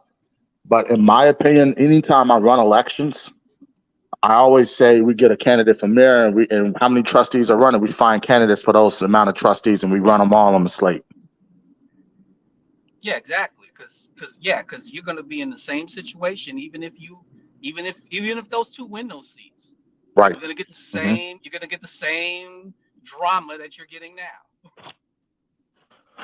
Yep, pretty much. And at the end of the day, the people that loses are the taxpayers. Yep. Yeah, that's for sure, because I think this is hard. What do you think about them not being the people that are going to run? Can I ask a question, Big Mike? Right now, like, this is how I saw the position. You know, someone hanging out with a clipboard and asking us to sign. Is that the initial petition? Right. So what happens is that I go to the Board of Elections. I believe it's Cook County. I hadn't ran elections out there in a while. I think it's Cook County. Go to the Cook County Board of Elections. Okay. And you get a slew of petitions. And you typically will either have volunteers. Some people pay, you know, some guy on the street or some woman on the street that, you know, needs employment. They'll probably pay them an hourly wage to go out and stand in front of Food for Less or stand in front of, you know, some store and collect petitions. And of people that are registered to vote. And I think the numbers changed since the last time in terms of the number of signed petitions changed since I was out there doing running it. But that's typically what happens. So a lot of the times, the people out there standing for petitions, they're not going to know anything about the candidate. They're not going to know anything about this person. Sometimes it's the candidate themselves doing it. And if that's the case, that's a great time to ask these questions. You know, what's their agenda and all of those things. But oftentimes, the people that are out there collecting petitions, they're probably either volunteering on behalf of the candidate or they're being paid in some capacity by the candidate. And as a result, I mean, they wouldn't know what's going on or what this candidate is about. They wouldn't know any of those things. Yeah, I have a family member who actually runs a petition signing business where he gets paid by the signatures that they get. Right. And you got to tell voters too, because often, I mean, other times I have to educate voters. You're not signing to elect this person. You're just signing them so they can be on the ballot.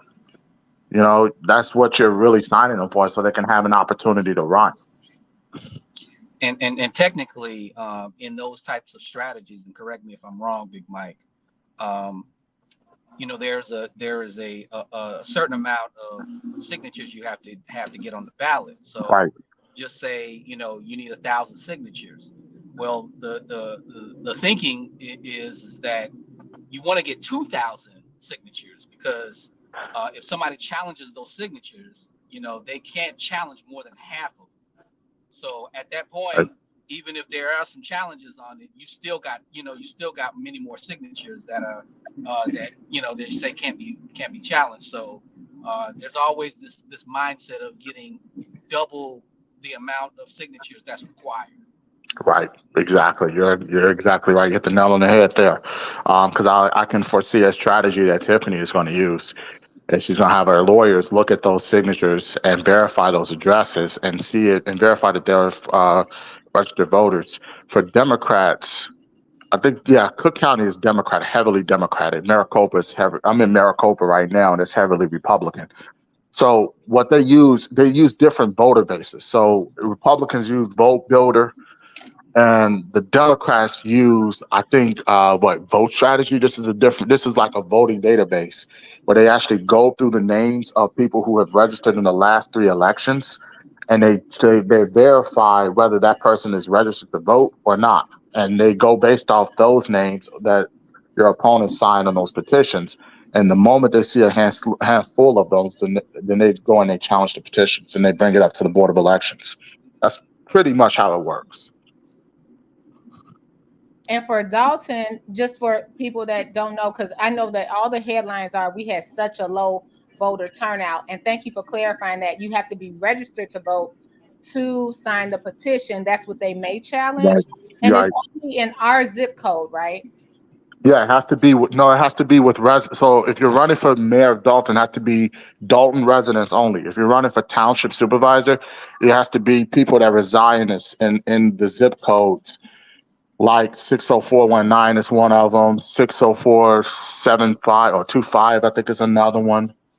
I used to know this off the top of my head, but yeah, they have to reside in those zip codes. Yeah, and and that's going to be tricky because, you know, there are some municipalities which is in the township that is that some of them, you know, some parts of it isn't in the township. So say Right. for instance, Homewood actually has like 4 townships within it. So you have to make Bloom, sure that Rich, the and right, Thornton.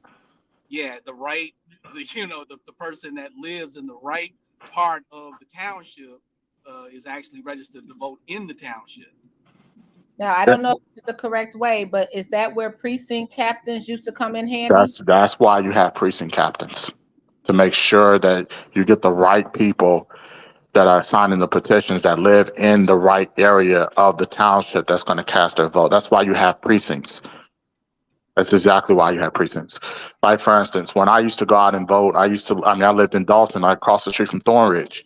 And I went to Thornridge High School to go and vote, and there were different precincts. And if you live like 2 blocks on like Irving, I think 148th and Irving, that section over there, they would have had to go to another precinct, which was, I think, there was a church off of I forgot the name of the church, off of off of Sibley and Grant, across behind the liquor store that was there. Yeah, it was a Methodist church at the time. Yes. Yeah. So they used to go there, and they used to. So those folks went there and vote. But people that lived Sibley from Irving to Cottage would go to Thornridge and vote because they were in a different precinct. And typically, this is why you have precinct captains that will, make sure that, okay, they have the data, the people that registered to vote and voted in the last 3 elections, and their addresses, and they confirm that their addresses are within the township boundaries. And they go out and they collect signatures from that particular geographical area. That's okay. I'm appreciating this education. And I know I don't want to hold guard too long, but I want to make sure that you guys, I want to ask a question. For February 2025, what's your prediction on how many people will run, or will it just end up Tiffany and Jason? Oh, it's definitely not going to be Tiffany and Jason. I concur. I've seen these elections so many times now that I can almost predict what can possibly happen. So everybody and their mama is going to put their name in the hat to run. All right. Most of these people, and I had mentioned in the chat, most of these people are going to start dropping like flies. Here's why. They're not going to turn in the amount of signatures, the required amount of signatures. So they're going to get thrown off the ballot for that. Oftentimes, they're going to collect just the right amount of signatures, but then they're going to be like 300 or 400 of people that signed the petition, but there aren't registered voters. You're going to have multiple people signing the petitions more than once. And so it's going to eventually reduce their petition count. So then they're going to get kicked off the ballot that way. If you owe a ticket to the village, or you owe any fines to the village whatsoever, you can get kicked off the ballot. So, and another way is what's going to eventually happen is these people are going to do deals with one another. Hey, if you support my candidate, if you drop out of the election, you support my candidate, we're going to make sure you have this, you're going to make sure you have that, the typical Chicago style way. And these people are going to drop out that way. So all these people that are putting their names in the hats, by February, you're probably going to have at most 5 to maybe 6 candidates running for mayor. Compared to, you're probably going to see everybody putting their name in the hat for mayor. But those are the typical reasons why people would drop out. It's a Democratic town. Oh, I'm sorry, Gard, is your answer? I'm sorry. No, I think Big Mike just said what I was thinking. As a Democratic village that we are, how horrible is it or good? I don't know what I want to say, to split the vote. What's the effect of splitting the vote that way? What's the effect that could happen? Will it be in Tiffany's favor? Will it be in Jason's favor? Typically, it always goes in favor of the incumbent. It always goes in the favor of incumbent. I know that's not what people want to hear, but I mean, that's I know political strategy. I lived and breathed it. Usually the incumbent favors the when votes are split. I mean, we have a whole history. I can do a whole history lesson if time permits of when every time there's been multiple candidates getting involved in a race and votes start to split, it always favors the incumbent. That's true. And I concur. so, but maybe this one would be different. I always follow the logical principle. The history, you should use it as education for the future, but you should not solely depend on it in the education future. And then, in other words, you should use it as education, the past, as education of going forward, but don't rely too much on it because you never know. There could be a statistical anomaly that can happen in the future. Yeah. And so, and again, I don't know. I mean, this is not something that people want to hear, but I mean, it is what it is. I mean, now, if that's if they split the vote, but if it's about 5 people that's running, it all depends. It all depends. I mean, you mentioned earlier that there were a family that supported Tiffany. Yeah. And so it was a shock. I mean, I'm not shocked that they were supporting, but a lot of people were making. Remember, we were talking, Big Mike, about I'm sorry, Gardis. We were listening to this young man talk about how it's the clickbait, and they started using this member of the family as clickbait and making videos, but no one on YouTube know how important this family is to Dalton. And I'm like, this is a big move. Yeah, it is, and I know. going back, I'm sorry. No, I'm sorry. Go ahead. I don't mean to cut you off. Oh, I mean, going to your point about it favoring the incumbent and the so-called splitting the vote. You also have some of these candidates who basically kind of do these off-the-book type of strategies, like talking to the candidate. I mean, we just saw this the brother on the video talking about he was approached by several trustees or current trustees talking about, yeah, why don't you run the next time, or why are you running, because you're going to split the vote. So this is the first level of strategy is to go and try to talk them out of it first before they start doing the striking their signatures and stuff like that, because most of the time that costs money to do. So the best way to kind of knock a candidate off is to talk to them, because that doesn't cost a lot of money, if not any money. And maybe you may convince them to drop out. But just like you said too, maybe you might want to make a deal with them, saying, hey, you support me, I promise to give this to you, give that to you, because like I said in the campaign, correct me if I'm wrong, that costs the least amount of money. Right, and that's why I said earlier that you're gonna start seeing a lot of these candidates dropping because, typical deal making. You should run the next election. We'll support you in the next election. This is the election that we just trying to get our people in there, and we're not only gonna support you, but we'll give you something underneath the table, like a no bid contract if you own a company to do things for the village if we win. I was going to say something. I lost my trace of thought. It was regarding. Oh, it was regarding the family. You mentioned the family out there supporting Tiffany. There are people that I know personally that are going to be voting for as mayor of Dalton. Yeah. I know like at least 10 people that I know personally that's going to be supporting her.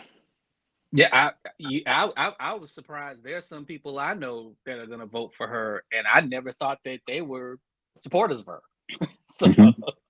So yeah.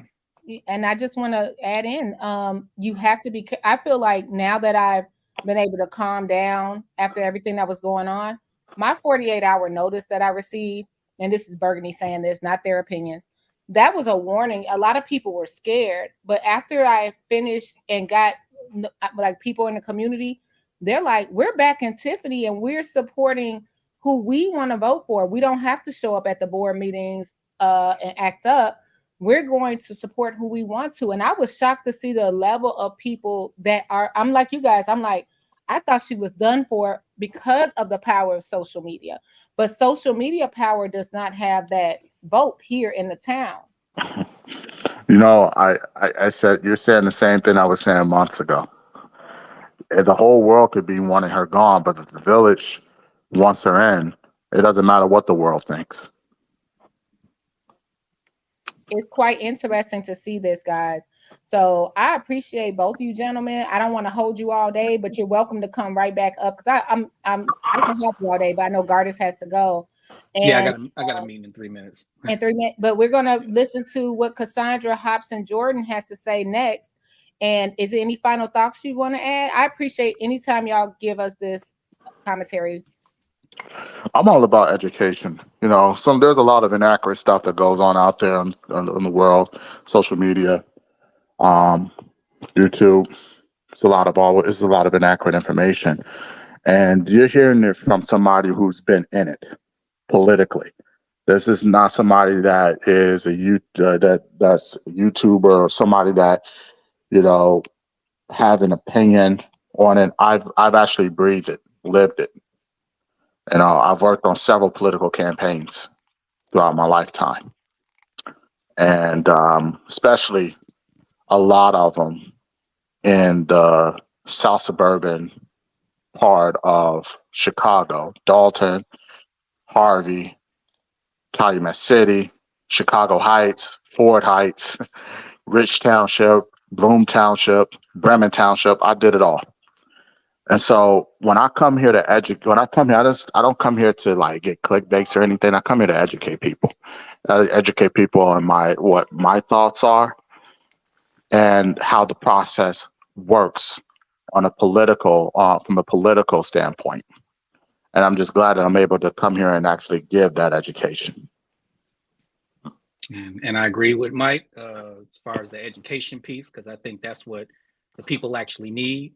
I have not, you know, I haven't worked in politics like Mike is, but it's always good to listen to somebody like him and also ask questions, you know, like I do, because it's like, you know, I consider myself an observer, and I always read about certain political things, and I know certain politicians and people who are in politics, you know, like that. So it's always good to listen to that point of view instead of dealing with the sensationalism of politics, because I think the whole thing of Tiffany stealing and doing all this kind of crass stuff is getting old. So the closer we get to election and the closer people are more politically conscious, listen to people who are in the game, who have ran campaigns, and actually politicians who, you know, who have ran successfully. And it's always important to talk to them personally, because that's where I get most of, because sometimes they might tell you some things that they'll never say in public. So thank you both. I appreciate you both. And you enjoy your Sunday. And if you can, listen in. We're going to see what Miss Cassandra Hobson Jordan is about. All righty. All right. You enjoy, guys. All right. Thanks. Right. I'll be in the audience. I'll be listening in and chiming in my thoughts on how she presents herself, as well as her presentation on the issues and how she's going to solve them. I'll put in my 2 cents in the comments. Thank you, Big Mike. And you're welcome to call back. The link will be the same if you have something to say. Right, no problem. Thank you. I appreciate you so much. Glad to help. Glad to be here. Bye. Bye. Y'all, I always love when those two gentlemen call in, because they give us like another, especially Big Mike, with the history of what's going on. And before Gardis left, I meant to ask him, we heard that this gentleman, Denasha Lee Harrison, he's from the West Side. What if he popped up with like a Brandon Johnson support? That would be crazy, right? He's from the West Side, like the mayor of Chicago. Let us hit the like button, send those guys some love, and thanks in the comments. We appreciate you both. Let's go on to see what this is titled. Now remember, Mr. Harrison just had how many views on the last video? 18 views. Now he put in the next mayor of Dalton in this title. He got 1,000 views. I'm not a person into the views or anything like that, but it's funny that it can be clickbait. If I put something like Mayor Dalton, I'll get a whole bunch of views. I rarely do that in my videos. I usually just put Dalton because I don't want people to come through here and want me to be a certain kind of way. You know what I mean? So the clickbait is real. Tiffany name brings views. Let's go on over to the next mayor of Dalton on Intellect Radio and subscribe to Intellect Radio because we would have never gotten this. And shout out to Burgundy for needing some spaghetti sauce and being able to get this flyer. Okay. Let's go here. Let's go here. Hello. Welcome to the Denasha Harrison Show here on Intellectual Radio, where we feed our brain. The number to call is 708-223-8953.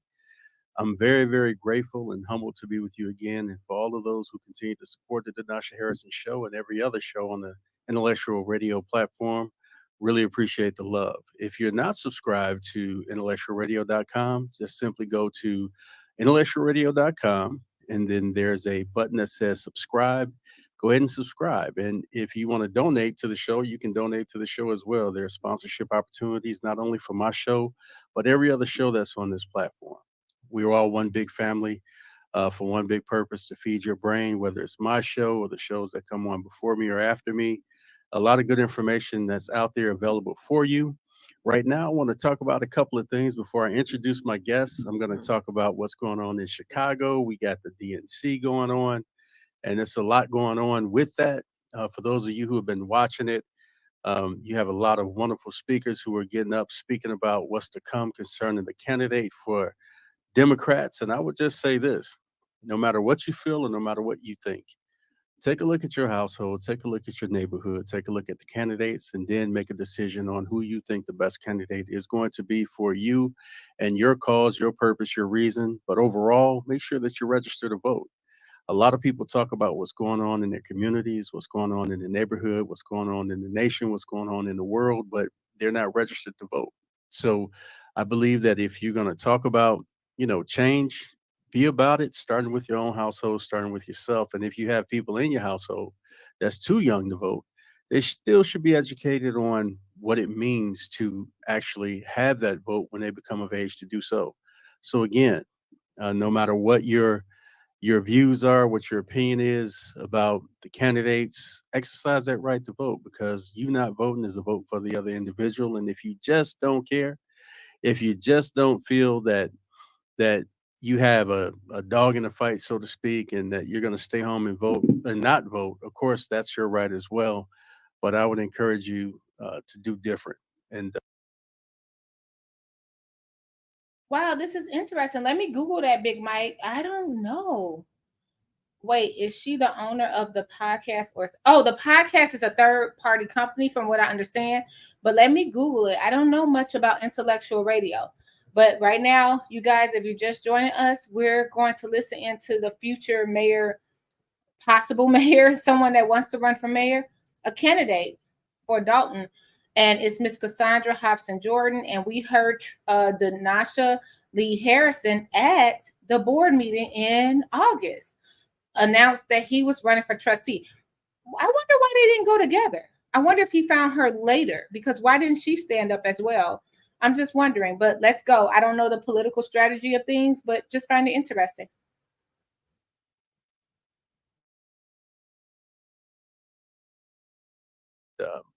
There's something on the agenda. There's something out there that applies to you, whether it's indirectly or directly.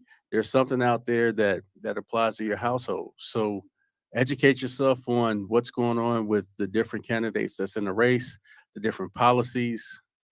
You've heard a lot about Project 2025, 900 plus pages long. I can tell you honestly, I haven't read 900 of those pages, but I can also tell you that there's some stuff in there that's very alarming and that requires our attention. and it requires our vote. If you feel like you wanted to donate to something, but you can't donate to anything because you don't have the money, remember, your vote is what really counts. People are fighting over money, campaign funds, and things of that nature. At the end of the day, you could look at it as somebody trying to buy your vote. You could look at it as somebody putting value on more votes than others. But at the end of the day, one person, one vote, you do have that. And it doesn't take money to exercise that right to do so. So I just wanted to share that. I'm glad to be back here. I was gone last Wednesday on some travel. So I'm glad that I'm back in the space. Last time I talked to you about running for trustee in Dalton. I'm very happy about my decision. I talked to you about running on an independent ticket. I'm very happy about that decision as well. And I'm going to get into it and announce that I have an individual here by the name of Cassandra. Thank you for joining me. You're welcome. How are you? I'm good today. Good, good, good. So I'll let you tell the people what you are doing in Dalton, and then we're going to get into some conversations. All right. Well, I'm Cassandra Hobson Jordan, and I decided this year to throw my hat into the race because over the past 16 years that I've lived in this village, I've been here amongst 4 different administrations, and I've yet to see no change other than things have gotten worse. So I've decided that it's time for a change. It's time for something new. Time out for all this politics and politicians and get some real people in office that's willing to do the work, that's going to do the work, that's willing to make a change. And yeah, that's what I'm here for.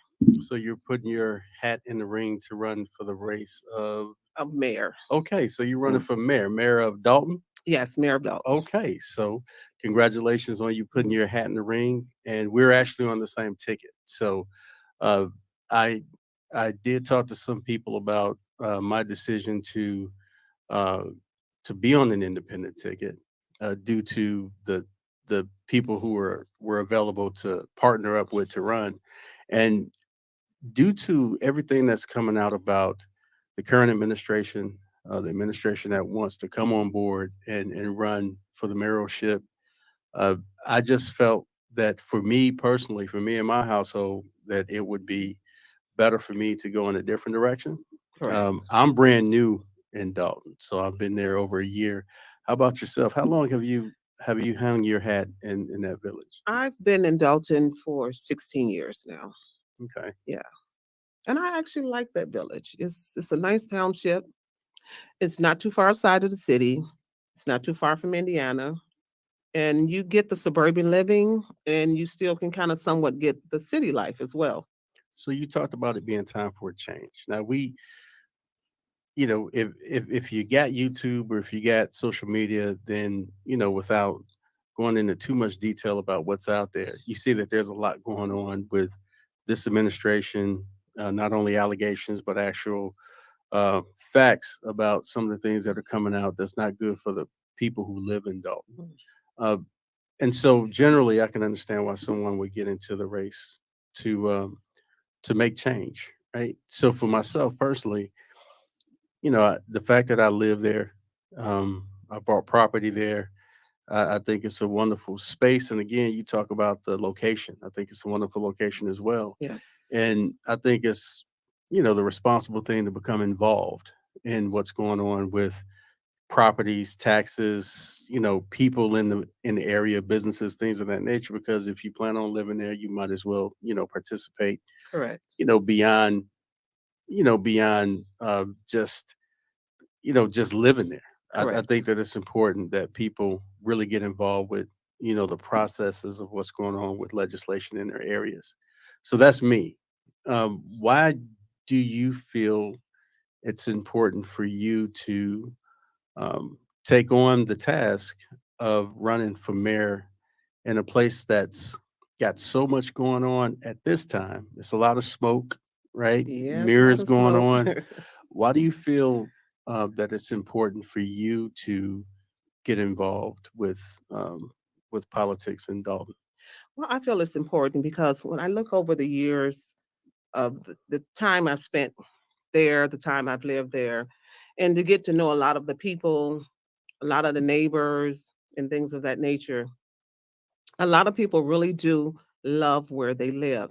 A lot of people have worked hard, they have sacrificed, they're paid for their homes, they're ready to retire, they're ready to enjoy life. And I don't think it's fair to put all this hard work, time, and energy into a space, and then someone comes along and just like literally rips it out from up under you. I mean, what sense does it make to work for years, to pay taxes, to pay a mortgage, to get the mortgage paid off, and now you're ready to kind of relax, and down here comes a large tax bill because you got politicians in office that's, I'm going to say it, just greedy, constantly filling their pockets, not really concerned about the people. And now here you have a tax bill that's literally like another mortgage. When you hit a certain area in life, you're like, okay, house is paid off. I know I have this tax bill, but I don't want a tax bill that's so high to the point that all this hard work and sacrifice that you did to pay this house off, now you can't even afford it because the taxes are so high. So I'm like, listen, I'm one of the ones that have worked hard, that have sacrificed, paid off my house, paid my bills on time, did my due diligence, and now I'm ready to relax and enjoy myself. But then I get a tax bill, it's like another mortgage all over again. So it's like, what sense does that make? So I'm like, no, I just can't stand by. I just can't sit around and just watch this town literally go under. There's days I get in my car and I drive around and I'm looking at the township and I'm like, no attempt, no pun or no discredit to Harvey, but I'm like, our township is starting to look like Harvey. We're starting to get so many empty houses. A lot of people are running in fear, so they're putting their houses up for sale. And we know the more empty houses it is, the more desolate the land becomes. And I don't want to see that happen because, as I say again, Dalton, it's a beautiful township. It's a nice community. It could be something great. And I just don't feel like people should have to go out to other townships and spend their tax money there. And then yet where you live at is dying. So this is why I threw my head in the race and I'm like, enough of it. So you have about 20, roughly a little bit over 21,000 residents. Yeah. In Dalton. And right now, according to the housing department, we have at least 400 homes that are empty. And it's like, it's unfair to us that do live there because we have to, we have to split that bill up and it's just more pressure on us. And the goal is we got to get these houses filled. We got to bring this community back. We got to build it back up.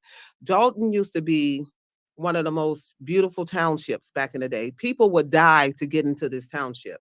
And now people are dying to get out of it because of all the turmoil and everything that's going on. And I just think it's unfair. So would you say that the township is a business-friendly environment at this time? Did it used to be more business-friendly? Well, right now it's not business-friendly because the administrations have failed to bring businesses in. And I know for a fact there has been a lot of business owners that wanted to come in. I'm going to chime in because this is going to be, I don't even know if I want to finish this because as someone that's been here a while, to hear her keep saying township is almost, and it's not, I'm not trying to be too hard on her. She's been here 16 years. Dalton is a village. Thornton Township is a township. She's running for the village of Dalton, not the township supervisor. So when she's saying that our township is starting to look like Harvey, that means all the 16 municipalities. So I'm going to just give her a little more time. It's been 11 minutes in, and it kind of like gets to me with the township. It's a village. And by him being here 1 year, I'm like, correct her. You're in the village of Dalton, not the township of Dalton. Open up businesses to help bring the economy back. And for some reason, the administrations, they just seem to it seems like they're fighting hard to keep the businesses out. I mean, we have enough liquor stores, we have enough mom and pop stores, and nothing against that, but I shouldn't have to go over to Indiana or go over to Homewood just for Portillo's if I decide I want Chick-fil-A or things of that nature. We should have these type of things right here in our own township.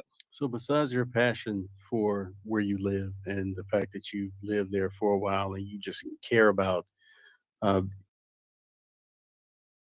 y'all, this is killing my soul. I'm glad we watched the first thing first because I'm not sure if he's following and what made him jump on the ticket. And I am pro women, you know what I mean? So I'm not doing this because she's a woman, in case anybody wants to say that. We should have this in her own township is killing me, because I'm like, we're not a township, we're not a town, we're not, you know, even though I sometimes say in this town, you know what I mean, but not a township, we're a village, and Harvey is a city, and you know what I mean, it's just a lot, it's a lot, guys. The residences in Dalton, what would you say qualifies you to take the mayoral seat? What qualifies me? Are you in business doing something else, or what? Well, I mean, I have a business. I have businesses, and I've been Big Mike, you're right. I stand corrected. Okay, so Big Mike and Gardis are back. I'm gonna let them listen. Y'all feel free to call in if you like to. This is interesting. We're gonna keep it playing, and then I'll give y'all, you know, this kind of. I'm kind of sad I played this. I was kind of optimistic at first, but we're only 11 minutes in. Maybe something will change. Self-employed since 2000, so clearly I'm doing something right. I've been able to be self-sustained for 24 years now, and I'm qualified because I truly have a heart for people, and I truly care. It's not about money, because if they offer me the position today, I'm like this. You can actually donate the funds back to the village to help us get out of the hole. It's not about the money. I truly care about the people. When I look at my neighbors, people that have raised their kids there, people that have retired, and to see some of them literally living in fear that they might lose their home that they worked so hard for, I have no choice but to throw my head in the race. If I don't fight for them, who will? So that's a great statement. I think that a lot of people are tired. Yeah, people are tired. And you know, it's like at this point, it's like I'm not about the Democratic Party, I'm not about the Republican Party. We just about getting the job done. So this is why I chose to run on an independent ticket, because for years, you know, we vote Democratic or we vote Republican because our parents told us to vote, and this is how their parents vote. And I'm learning that people are just getting away from this altogether. They just want somebody in office that's going to truly do the job, truly be concerned about the people. And whereas we all can get a piece of the pie and live in harmony. And that's what the people want. The more I talk to people, they're like, I'm just over this. I'm over all of it. I just want to live in harmony. I want to be able to enjoy life. I want to be able to come home, enjoy my house, enjoy my home, enjoy my neighborhood, live in peace. And that's all I'm asking. And I don't think that's asking for much. How many people have actually rallied behind you for your run for mayor? For Oh my example, God. before you answer that, prior to you making the decision, did you get a lot of buzz about running? And now that you've announced that you're going to run for mayor, how are people receiving the news? Yes, well, prior to, for years, I think for about 10 years now, and I will say, I'm going to run for mayor. I am truly going to run for mayor. And then my neighbors and people that I know, adjacent neighborhoods, they're just like, you should really do it. And then it's like, And then since all of this craziness have taken place, and one day I woke up and I was like, now it's the time. God has released me, and now it's the time. And when I shared it with my neighbors, some of them literally stood there and cried like, it's about time. Like, I don't know what took you so long. And I just believe everything has its own time and season to take place. But a lot of them literally stood there and cried. They felt like, I feel like I have hope again. Some were like, I was at the point that I felt like I was going to have to sell my home and find somewhere else to go. And they look at me and they're like, we're not just going to vote for you just because we know you or we like you, but we know of your character. We've seen you work in the neighborhood. We've seen you bring the neighbors together. Like, I had neighbors that lived in the neighborhood for over 10 plus years, and they didn't even know each other. Until when I came on the scene, I'm like, the way I was raised, you know, all the neighbors knew everybody. We all communicated with each other. The kids hung out. other kids' parents discipline us the whole 9 yards. And I'm like, this is what a village should look like. So when I expressed that to them, they was just like, this is amazing. Like, I feel like I have hope. I actually believe in the village again now that you are going to run. And I mean, some stood there with tears in their eyes. And I'm like, I'm a tough girl. I'm a strong-willed woman, and I'm passionate about things, but I'm also a big crybaby. And I'm like, don't cry, because I'm a tearjerker. It doesn't take much. So you talk about where you were raised. Where were you raised at? I was born and raised on the west side of Chicago. Here we go. In the Austin area. Here we go. 223 North Latrobe. Was born and raised there. My home church was New Mount Sinai Missionary Baptist Church, right there on it was on Laramie and Fulton. And that's where my roots began, right there on the west side. Isn't that something? So we were a street over from each other. Yeah.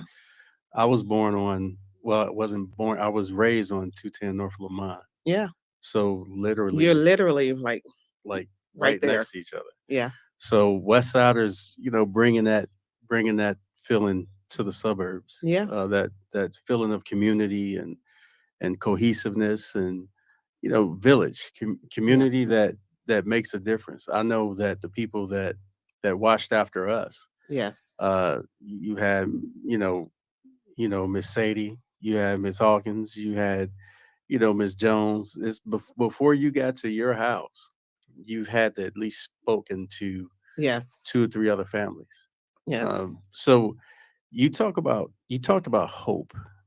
Now, I tried to communicate to some people that it's different from when you're actually watching things on YouTube or when you're actually watching what's going on in Dalton and actually living there. Right. The energy is so different. And it's amazing to me that people are actually or have actually said, you know what can I do to get out of my house because the taxes are getting so high or the chaos is just crazy in this village.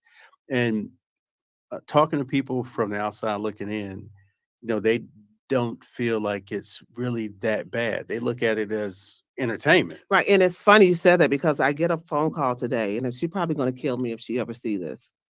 And I get a call from her today. Well, just don't say her name. Well, yeah. Okay. So she calls me today and she's like, yeah, I'm hearing all this stuff and I don't think it's that bad. I actually think, such and such is, I think she's kind of doing some good stuff or whatever. And I was like, you know what, let me stop you because I get that a lot. And people need to fail and realize and understand we actually live here in this village. It's not that we're watching it on YouTube or it's not that we're watching it on the news or whatever. We're physically living this. And I don't know what you guys are seeing on the news or what you guys are seeing on YouTube, but when you look in the eye of a senior that has worked all their life, and I have to reiterate this, and they have worked hard and they've paid off their homes and they've retired and they want to just kind of enjoy their latter years, but to see the fear on their face that I worked all these years and because of one team of what all the chaos and stuff that's going on, that I might actually lose my home. And who in their 70s, who in their 50s want to have to start all over again? When you hit a certain age in life, it's like now it's time to, go into the second half. It's time to enjoy yourself. You've paid off everything. The kids are grown. Now you want to just enjoy your neighbors and enjoy life. But who wants to have to start over at that age? So when you look at the neighbors and you see the fear in their eyes, and these people are truly fearful, not of the person, not of the person, but of the situation. Because a lot of people, people laugh and they make memes and they make jokes and all that. And it's like, people are actually really living this. You mentioned the fear, and it's just really something how, like you said, I'm just going to caveat off of what you said. People have worked for so long, but they do not feel secure in their village. I met a couple that has been in Dalton for 39 years. Yes. And they spoke to me about their concern of how they're being treated. by the administration and by the legislators and by, you know, the the people in the village that's supposed to be taking care of the maintenance, that's supposed to be taking care of, the well-being of the community. Right. And they expressed that they've been, here through previous administrations, Yes. and that this one worries them the most because they feel that they're not secure. And I've lived in this township through four. This is the fourth one. And I have never, ever in my life seen nothing like this. I'm like, I just want to go to sleep and wake up the next morning and all of this be over. But it's like Big Mike, if you're in the comment section, 16 years, was it for? Because I'm going by Riley, Lewis. 16 years. Let's think about it. every day is something new. It's something new. And it's like at a point like, chill out already. It's enough. You've done enough. You're doing enough. You guys have done enough. You're doing enough. I can't stress that enough. And it's like enough already. And people just wanted to, they just want. She hit it with Shaw. Thank you. I was like, Shaw been gone so long. Thank you. Thank you. Thank you. Wanted to go away. They're tired. They're really tired. They're frustrated. And it's so embarrassing because, excuse me, it's so embarrassing because when you go out in public and people realize you live in Dalton, you get all these obscene and wild, crazy questions. And you're just like, okay, guys, this is not some type of fairy tale or some Netflix type of movie. These are people, actual lives. They're actually dealing with this stuff. Right. It takes a lot of energy to talk about it. Yeah. And it's not a joke. And then it's like the more you talk about it, the more upset you get. And then it's like, let me just woos off. Like, don't ask me any questions. I live there. It's a mess. And if you want to make a change, listen, I'm running for mayor. You can come out. You can help me campaign. You can pay, you can hit the pavement. You can help us get signatures. You can donate. If you're really concerned about what's going on, you can jump in the fight with us. Let's talk about the slogan, the logo. Let's talk about, no, not the logo, but let's talk about the slogan. So the slogan for our ticket is what? The slogan for our ticket is rebuilding Dalton. And that's what we want to do. We want to rebuild this community. And of course, some of you all that will see the slogan, and some of you have seen it already. And at the bottom of that slogan, it says, it's time to clean the whole house, which means it's just time to get rid of everybody. It's time for this village to have a fresh start. Get a new administrative team, new people, fresh faces, new ideas, and people that's willing to come together, work together as a whole, not all the bickering and not the power struggle and all that. And let's get this community built back up. When we were walking the streets in our neighborhood, we talked to those two gentlemen, and it's not so much as if they were picking sides between the legislators and the administration. They were both just simply tired.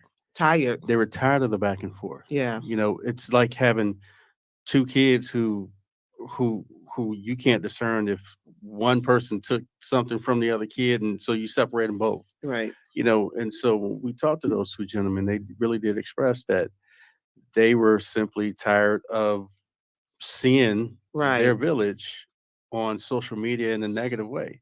And there's so many beautiful things to enjoy about Dalton. Like, I came to Dalton because there was a certain piece that I couldn't find in the Austin area. Okay. So I bought in Dalton. Big ups to the West Side, South Austin community.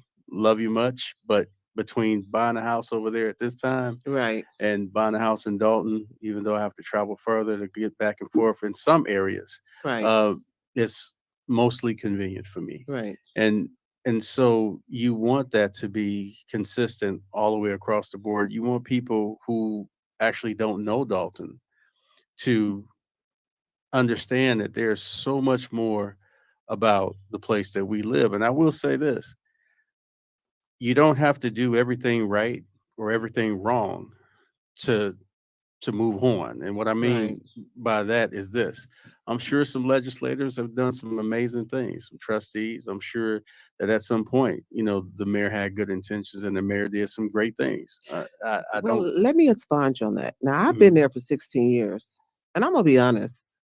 I really haven't seen Much. anything that anyone has really done, Okay. to be honest with you.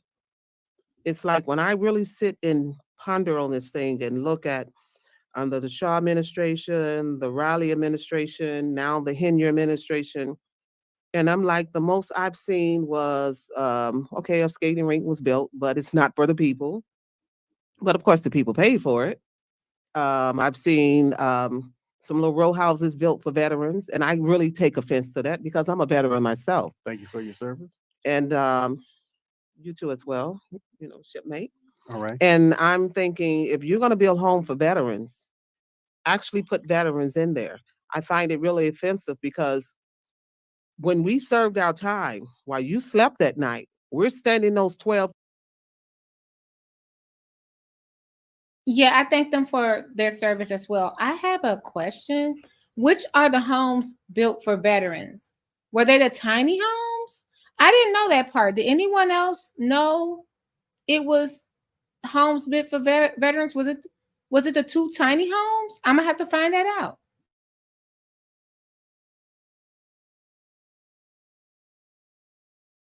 The 16-hour watches guarding the country so you can rest well at night.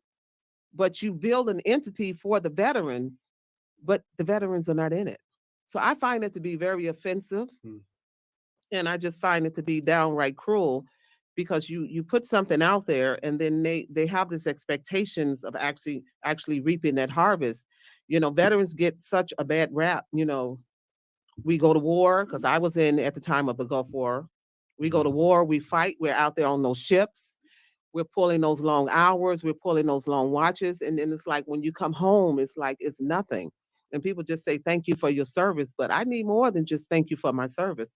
Do you understand the men that have fought in Afghanistan and fought in the wars? They deal with mental issues and things of that nature, all the stuff that they were exposed to. And just to come home to get a thank you and then to capitalize on that and then don't follow through on it. I think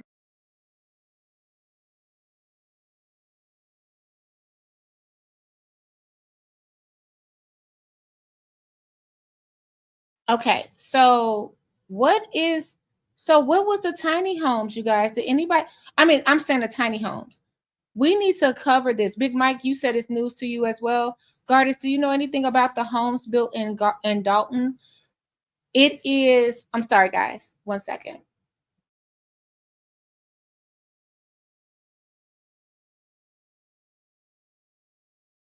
it's just cruel. I think it's just ungodly behavior. Well said. And then to come home to a broke village. Yeah.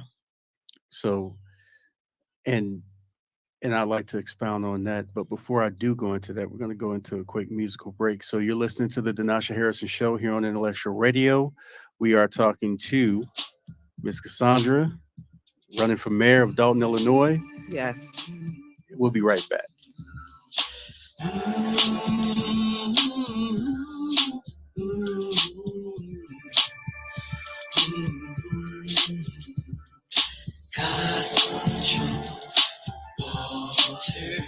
You ain't got enough money to buy my soul. Ain't strong enough to stop me. I'm out of control. This the matrix. I'm Neo. I know that I know. 953-708-223-8953.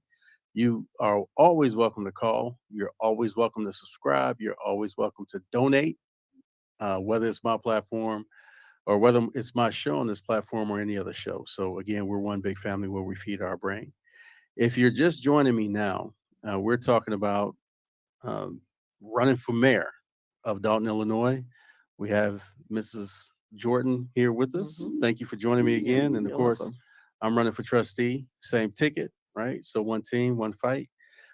We were talking a little bit about everything concerning what's going on with Dalton and how things are going and how we perceive things to be. But before we go back into that conversation, because we left off on a great point when it came to veterans. Yes. A lot of veterans are dealing with PTSD. A lot of veterans are dealing with financial, social issues that may or may not directly impact them or their families. However, it's still issues that they have to deal with, and to come to a place where you think you are going to get some peace, going to get some type of rest on in your own land. The last thing that you need is a whole bunch of rigmarole concerning Right. the administration that's running the village. Right.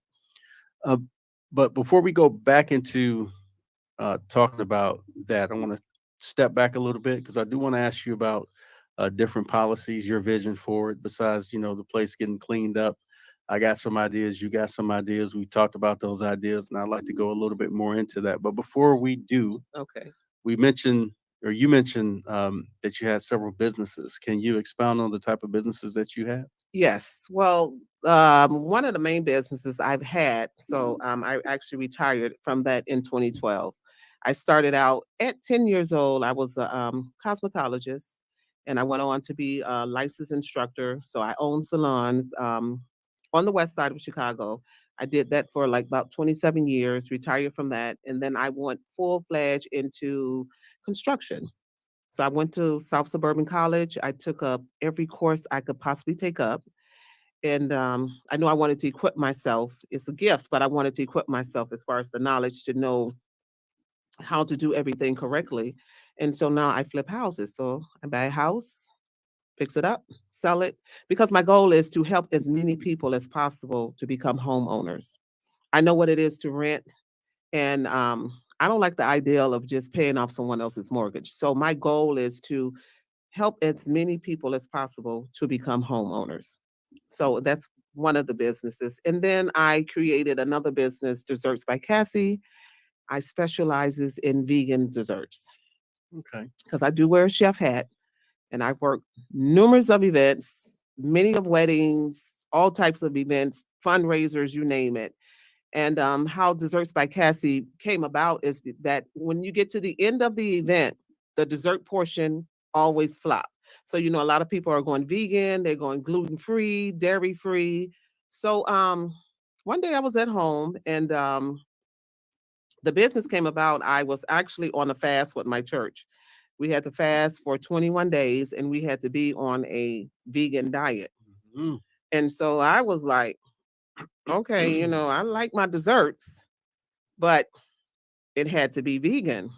So one morning I got up, and I was getting ready to go into prayer, and was getting ready to meditate as well. And the Lord said, just sit. I don't want you to pray. I want you to just sit, and I want you to just meditate, just be quiet, just sit. And as I was sitting and just meditating, the word vegan came in my spirit. And then the Lord just started dropping ingredients in my spirit. And I jumped up, I went in the kitchen, and I just started pulling. Okay. All right. Okay. We already got good burger mayor. We already got good burger mayor. Now we're gonna have dessert mayor. And I swear I'm not being funny. I'm with Big Mike on the house, like with her going to South Suburban. I was like, oh, okay. And her because I'm for trade. So I know that trade word is a different thing now in 2024. But when you used to be educated with trades, like Dawson Technical Institute, South Suburban, you get your license and get a trade. I'm all for that.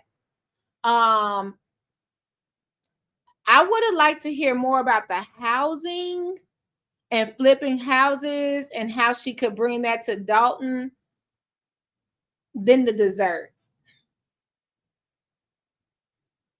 Am I wrong? Am I wrong? I'm about ready I was so excited for this interview, and I'm not going to give her, I'm trying. I don't want to use the word literally because y'all know we've been using literally too much. I am so close to just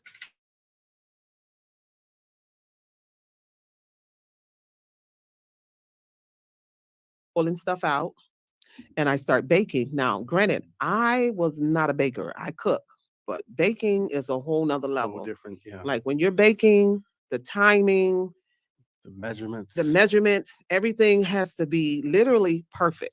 Because it's nothing worse than putting the cake together and you get through all that and then it flops or it didn't bake all the way. So I know this had to be God because I'm like, I am not a baker. There's been times where I would bake cakes and then I would literally cry. There's been times where I would look at my mom and I would try to make her biscuits. And when I got done with them, I made rocks. They weren't biscuits, they were rocks. So in this fast and meditation, the Lord spoke the word vegan. So Y'all, we're gonna get through this the best we can. We got 30 more minutes. Just deal with me. I know it's a lot. Okay, so I'm trying my best. Thank you for supporting me. Thank you for the cash apps. Thank you for everything. Okay, we're limited on, it's a little bit much. I know everything's being picked up by the microphone. All right. The thing is this. I can't. And I don't mean no disrespect. I cannot. I'm going to give her a little more time. But I know we're not going to sit up here and talk about, and I believe in God. I believe in the Lord. I believe in everything. I know we're not going to sit up here and talk about Jesus giving us a recipe right now. I just know we're not in the climate of Dalton. So I'm going to take this outside. Y'all going to hear a little outside air, but we're going to go outside for a second. I'm going to let this play a little more, okay? I got up and pulled some ingredients together. And I had some the butter pecans, the peanuts and stuff like that. I'm going to address it. I'm not trying to throw shade, African Blessed to Travel. You said that we need to focus on the Dalton issues. I'm with you. Everything you said, I have not deleted. I'm with everything you're saying. We're in a crisis, right? She flips houses, African Blessed to Travel. She flips houses. We have abandoned houses. We have abandoned houses. Let's hear about how you are going to fix that part, the housing crisis in Dalton. I'm not throwing shade. Vegan cakes, yes, cool, love it. Running for mayor, we're expounding, if I'm saying the right word, on cakes right now. I'm asking you, this is all I'm saying. I'm not throwing shade. And start putting the stuff together, and I actually baked a butter pecan cupcake. My daughter happened to walk in the house, and I was like, perfect timing. Can you taste this? And she tasted it, and she just stepped back, was like, Mom. And I'm like, okay, is it good or bad? She was like, no, like, this is really, really good. I was like, now don't lie to me, be honest. She was like, no, this is really, really good. So I just started pulling other flavors and just start putting it together. And I would go to different conferences, things with the church, different businesses, and I would just bake all these samples and I was just handing them out and like, tell me what you think. And I mean, this thing took off like a rocket. People were like, are you serious? This is vegan? And I'm like, this is vegan. And that's how Desserts by Cassie was birthed out. Okay. So it's an online business. And let me tell you something. If you're vegan, and I know a lot of people can't do gluten and stuff, let's support her. I'm outside now, you guys. You might hear the wind. It's not shade. We were here for the next mayor of Dalton. That's it. That's all. That's it. And it's not their fault because y'all see me, I'm bouncing here and there. I'm saying, am I wrong? Put a 1 in the chat because African Bless is really telling us we need to reflect. And I appreciate that. And it's not downing her. I was excited. And I'm pro. My worst fear is that they won't vote another woman mayor in because of what happened with Tiffany. And I'm not just trying to make it, male, female situation. This is my thing. We're here right now, right? Put a 1 in the chat if you would have rather heard about how many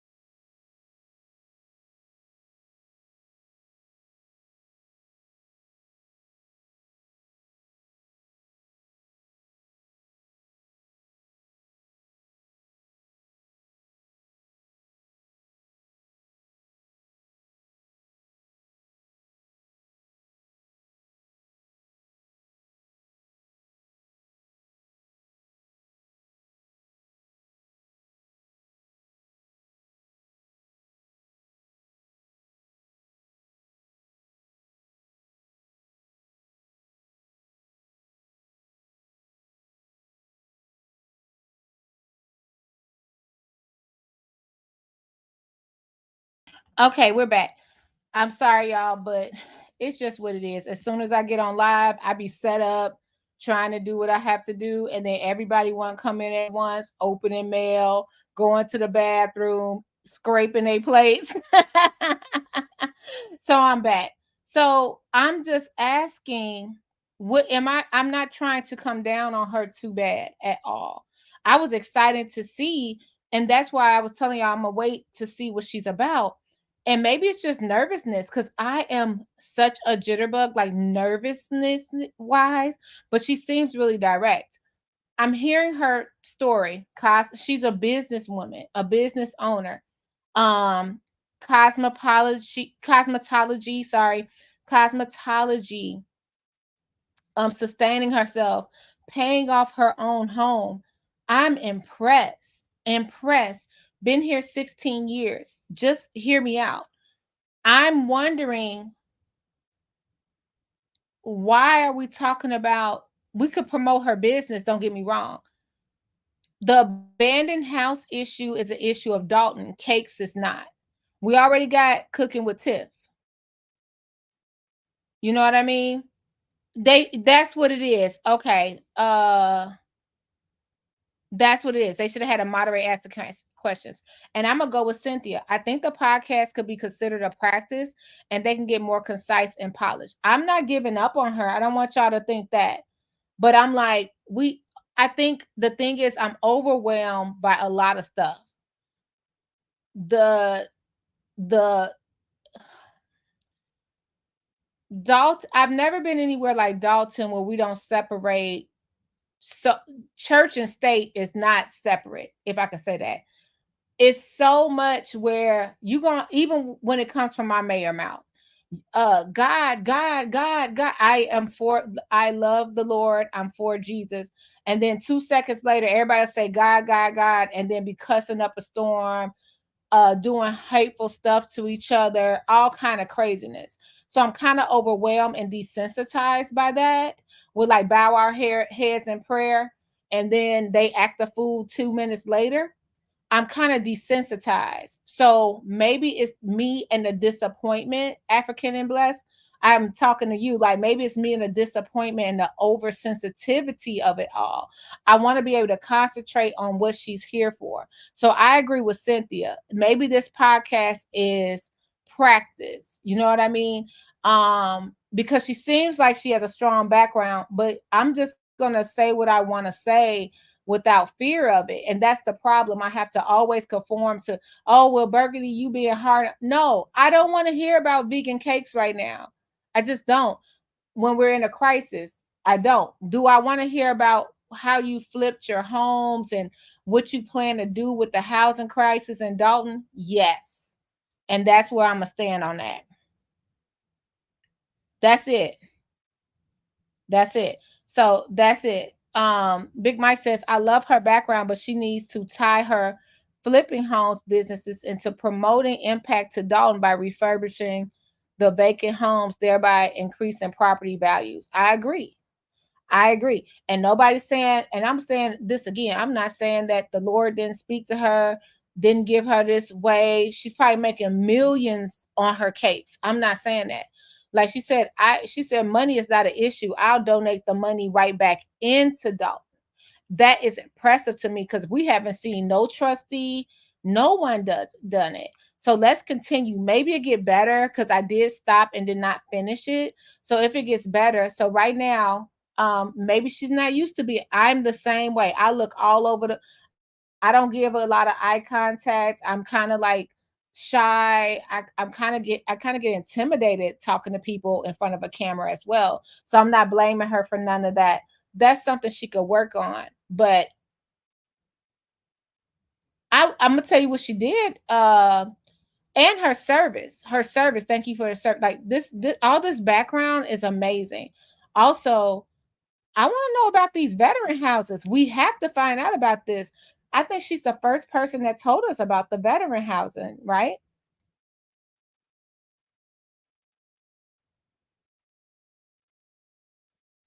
You know, it's just crazy. I'm sorry. I just can't see. That's the problem. we want to say, oh, well, you're being judgmental. Okay, so now we vote somebody in with pecan vegan cakes. Now what? What else? Well, you know, she had good cakes. Tiffany had good burgers. Like, it's just no. And I'm not down. We're gonna go over her desserts. I'm sure they're good because we need more vegan options in our life.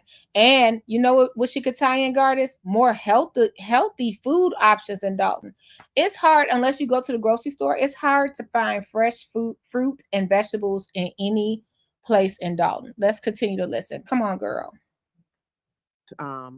We with you. And that's one of the things I actually wanted to open up a bakery in Dalton, but filling out the business application and things of that nature, nothing. You didn't hear anything back. And that's one of the things our village doesn't have is a bakery. Now here we go. Now she got my attention again. I'm gonna go right back to that. Now she's talking about the filling out the licensing. We know that's a problem. Dalton used to have a bakery years ago. I'm so glad she's bringing this up. So now we get back to Dalton. All right. Really, really good. I was like, "Now, don't lie to me. You know, be honest." She was like, "No, this is really, really good." So I just started pulling other flavors and just start putting it together. And I would go to different conferences, things with the church, different businesses, and I would just bake all these samples, and I was just handing them out and like, "Tell me what you think." And I mean, this thing took off like a rocket. People were like, "Are you serious? This is vegan?" And I'm like, "This is vegan." And that's how Desserts by Cassie was birthed out.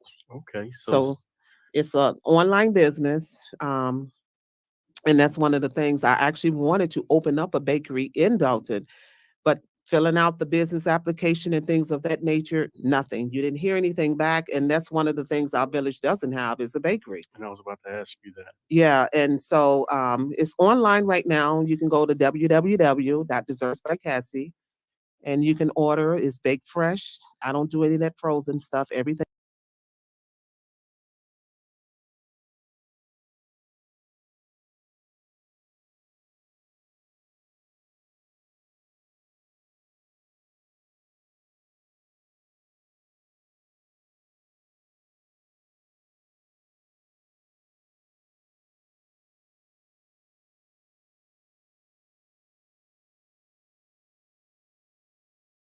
Thing. And I think it's so sad because you have a whole downtown area that is desolate and it could be thriving with businesses. Well, yeah, hopefully not for long. Yeah. Will it be desolate? So successful businesswoman, God-fearing woman, passion for your community. Yes. Passion for your neighbors within the community. Yes. And wanting to be a part of the process to legislate properly so that people can take pride again in the place that they live in. Yes. I mean, it's nothing like being able to go to your downtown area of your village and sit and have a cup of coffee or have a coffee shop. I know one of the young men, I don't know specifically in details, he wanted to open up a cigar shop. And was seeing the process, and then it's like it stopped and just nothing. And I'm like, this would be something beautiful. Whereas you don't have to go all the way downtown to get this level of elegance. You can just literally, from where the downtown area is, I can just get on my bike or take a nice little stroll and can sit out at a restaurant, sit out at a nice bistro and enjoy myself. And these are the type of things that we want. So one of the things I really want to implement as a mayor is to actually bring businesses into the village. And when you bring in revenue into the village, it helps the economy. Whereas it's not.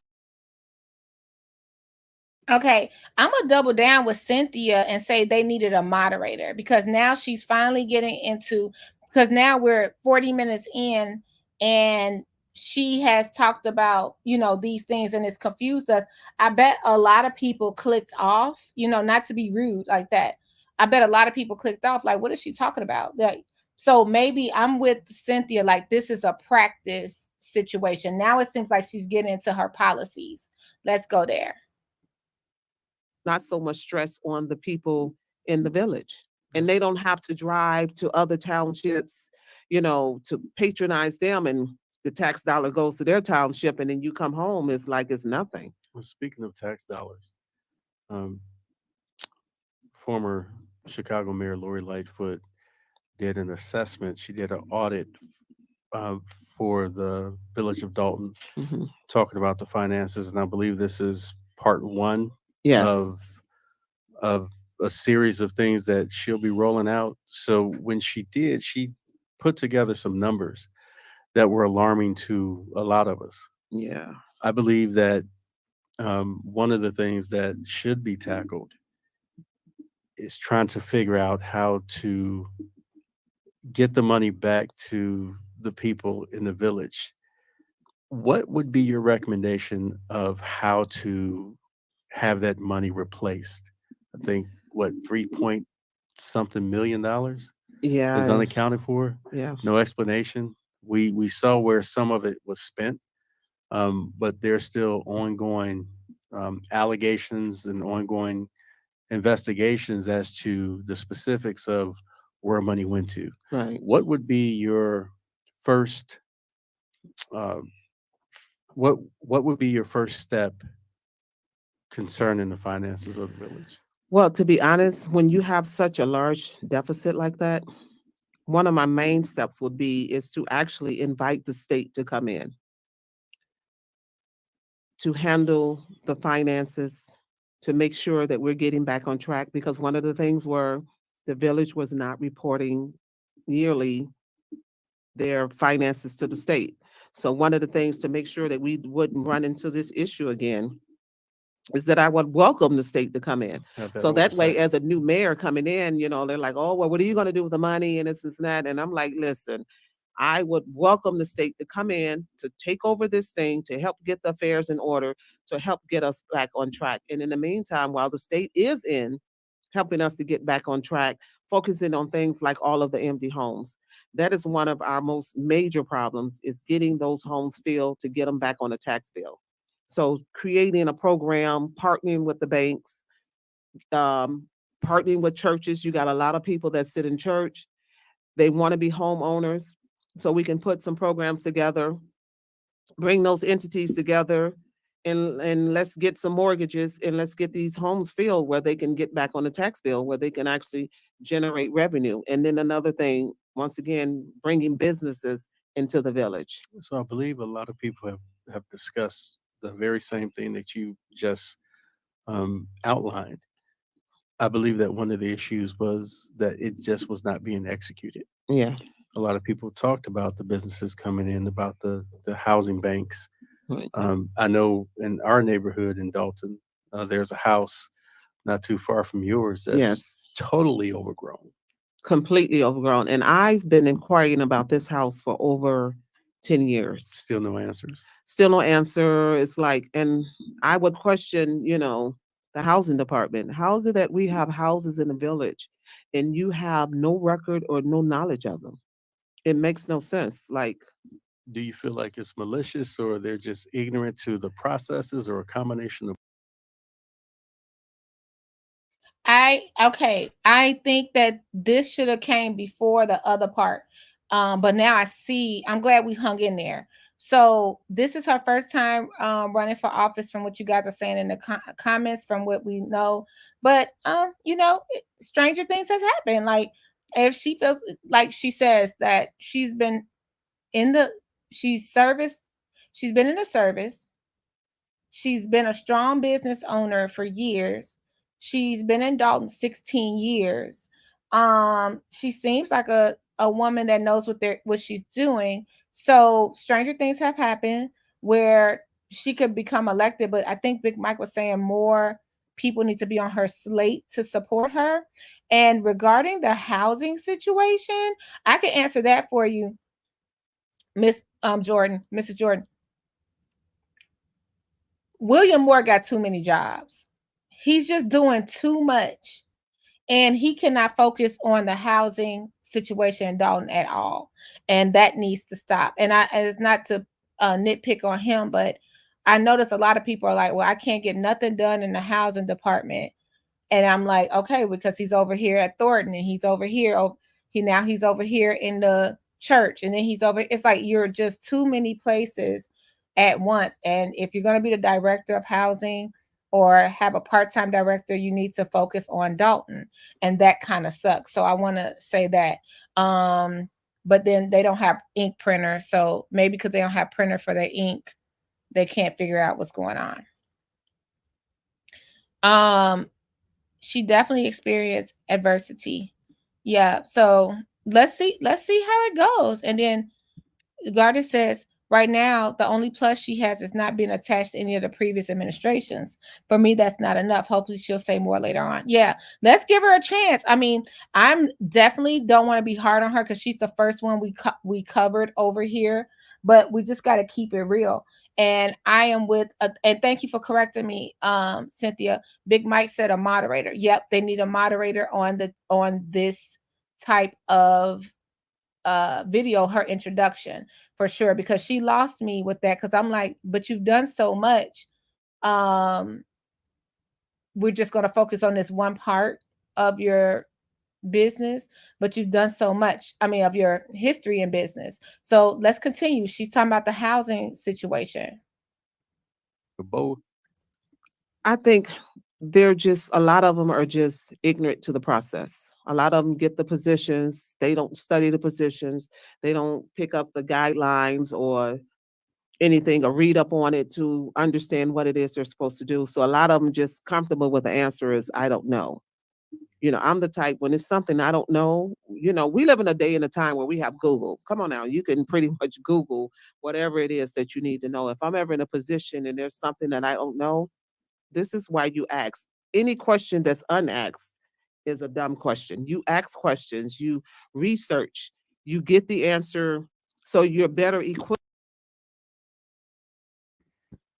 Not in Dalton. Sorry, y'all. I have to always put not in Dalton. You can't answer questions in Dalton. Future mayor. You can't answer you can't ask questions in Dalton. You ask a question, it's over for you. Don't ask nothing.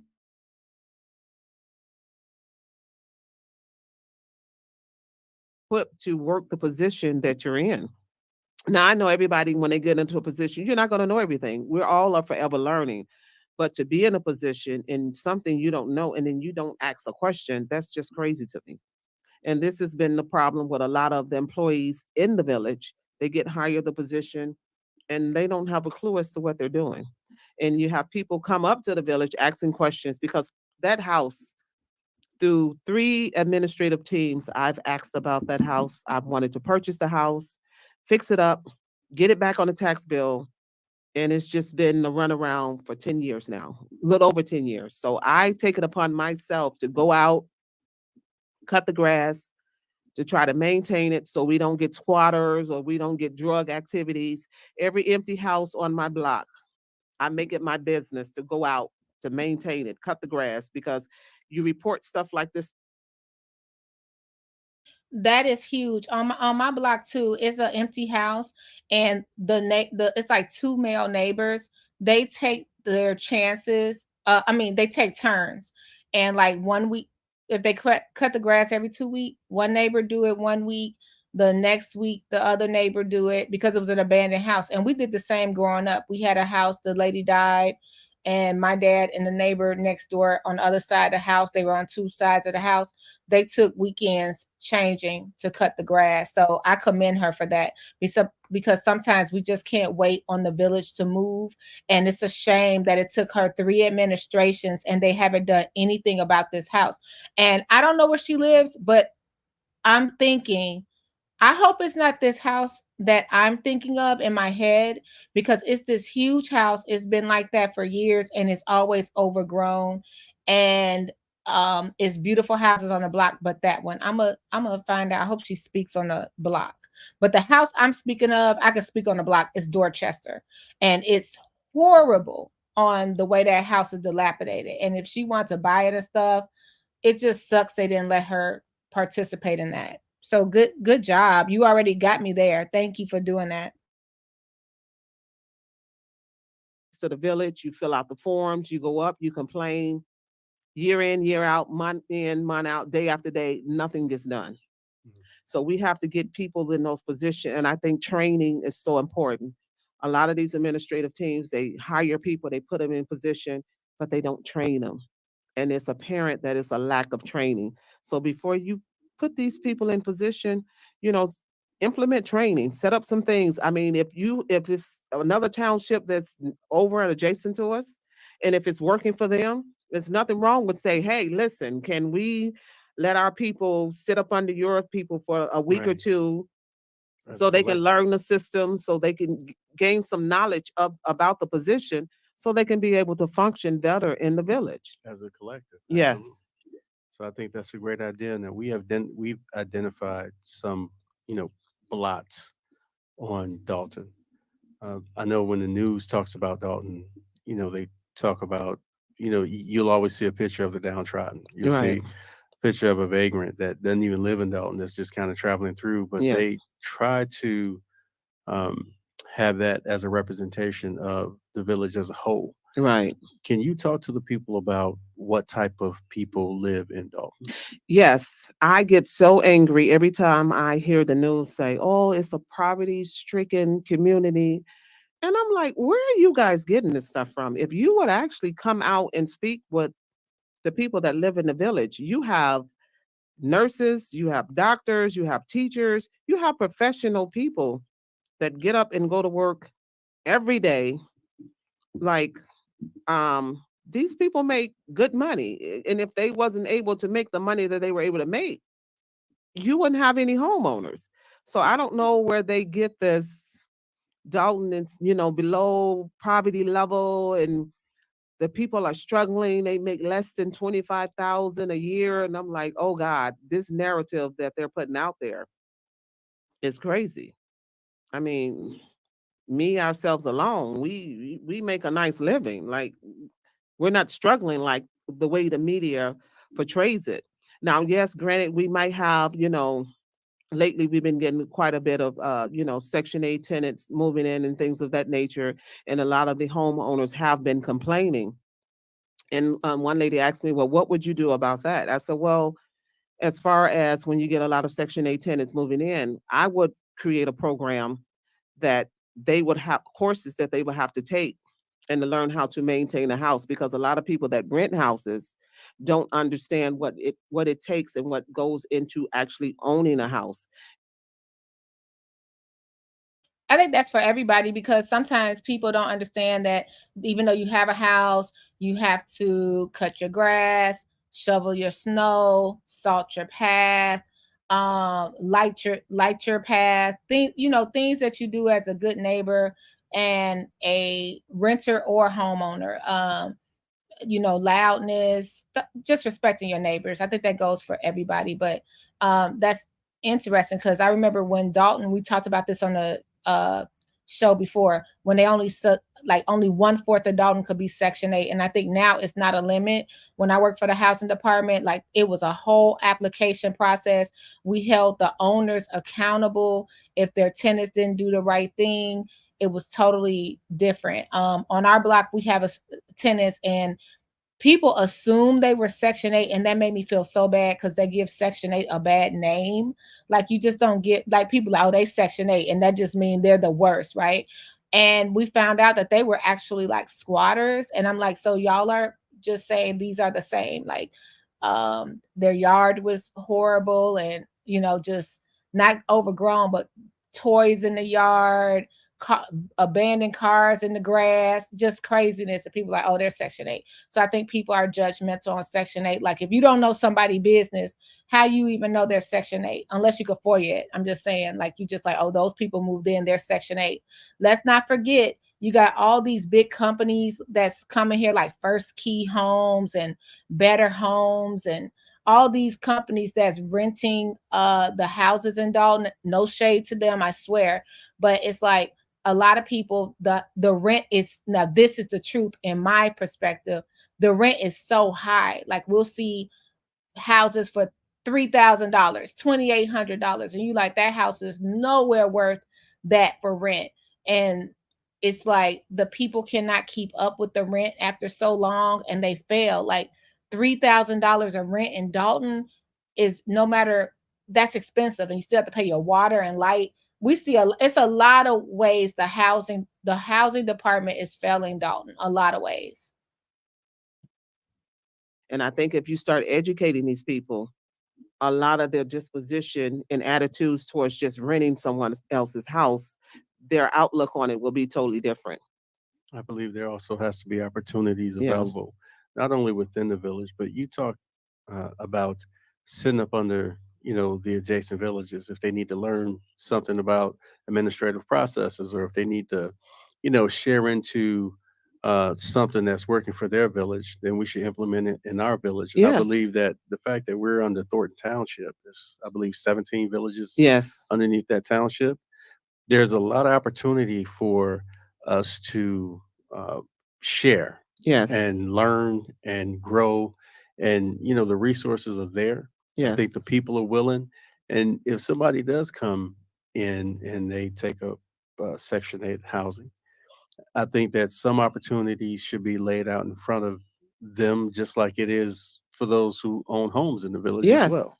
Yeah, I strongly believe in creating a course for them to take before you can actually even rent. You need to take a course on home ownership, so we can transition you from Section 8 to actually becoming a homeowner. Because if those people are going to be in a community and constantly renting, you want to take them from renter to home ownership. So let's offer them courses and teach them home ownership and how to straighten up their credit. I've dealt with a lot of Section 8 applicants, and when I look at their application and their credit scores, it's horrible. And I'm like, who are teaching these people? We don't want them to just be on Section 8 for the rest of their lives. We want to teach them the importance of having good credit, the importance of paying your bill on time, what it takes to own a home. So if you're going to rent a home, you need to take courses on home ownership. So then we can kind of transition you into home ownership and get you into one of those houses that is vacant and get that house back on the tax market. Yeah, I think that's a great idea. And you also have to involve and hold accountable the banks, Yeah. as well as, the businesses in the area and the people and the those who are part of the legislative Yes. process, which is why we're sitting here today, Right. talking about you getting in that seat. So what we're going to do, we're going to take another musical break for a second, and then we're going to come back and talk about how those of you who are listening, whether you live in Dalton or you don't, how you can help with this campaign. So don't go away. The Nash Harrison Show.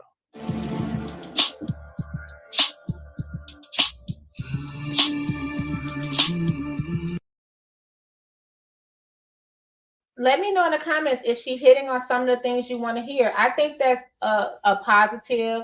I think that's good. Like people who are on Section 8, I haven't had Section 8 before, but I do know that they want a home and go closer to home ownership. A lot of them, the majority. So if it's a plan in place, and with all these abandoned building homes, it's empty homes that are in good shape here. Not all of them are dilapidated. Some are just empty, like I said, my block is kind of active. The guy died on the corner of our block, and his home was immaculate.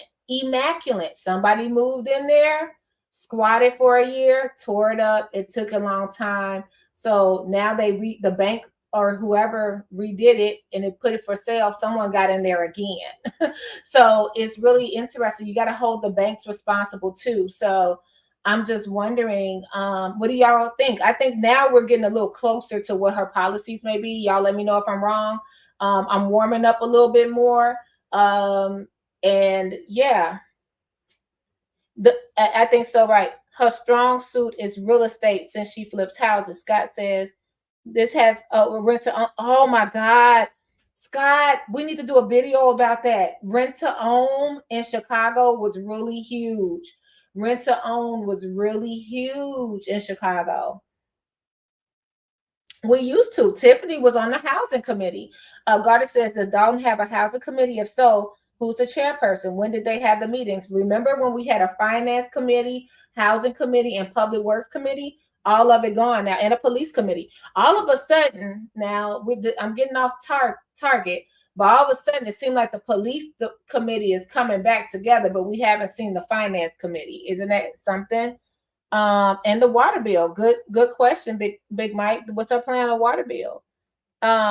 This is really interesting. So let's hear a little more. Hear a little more. So yeah.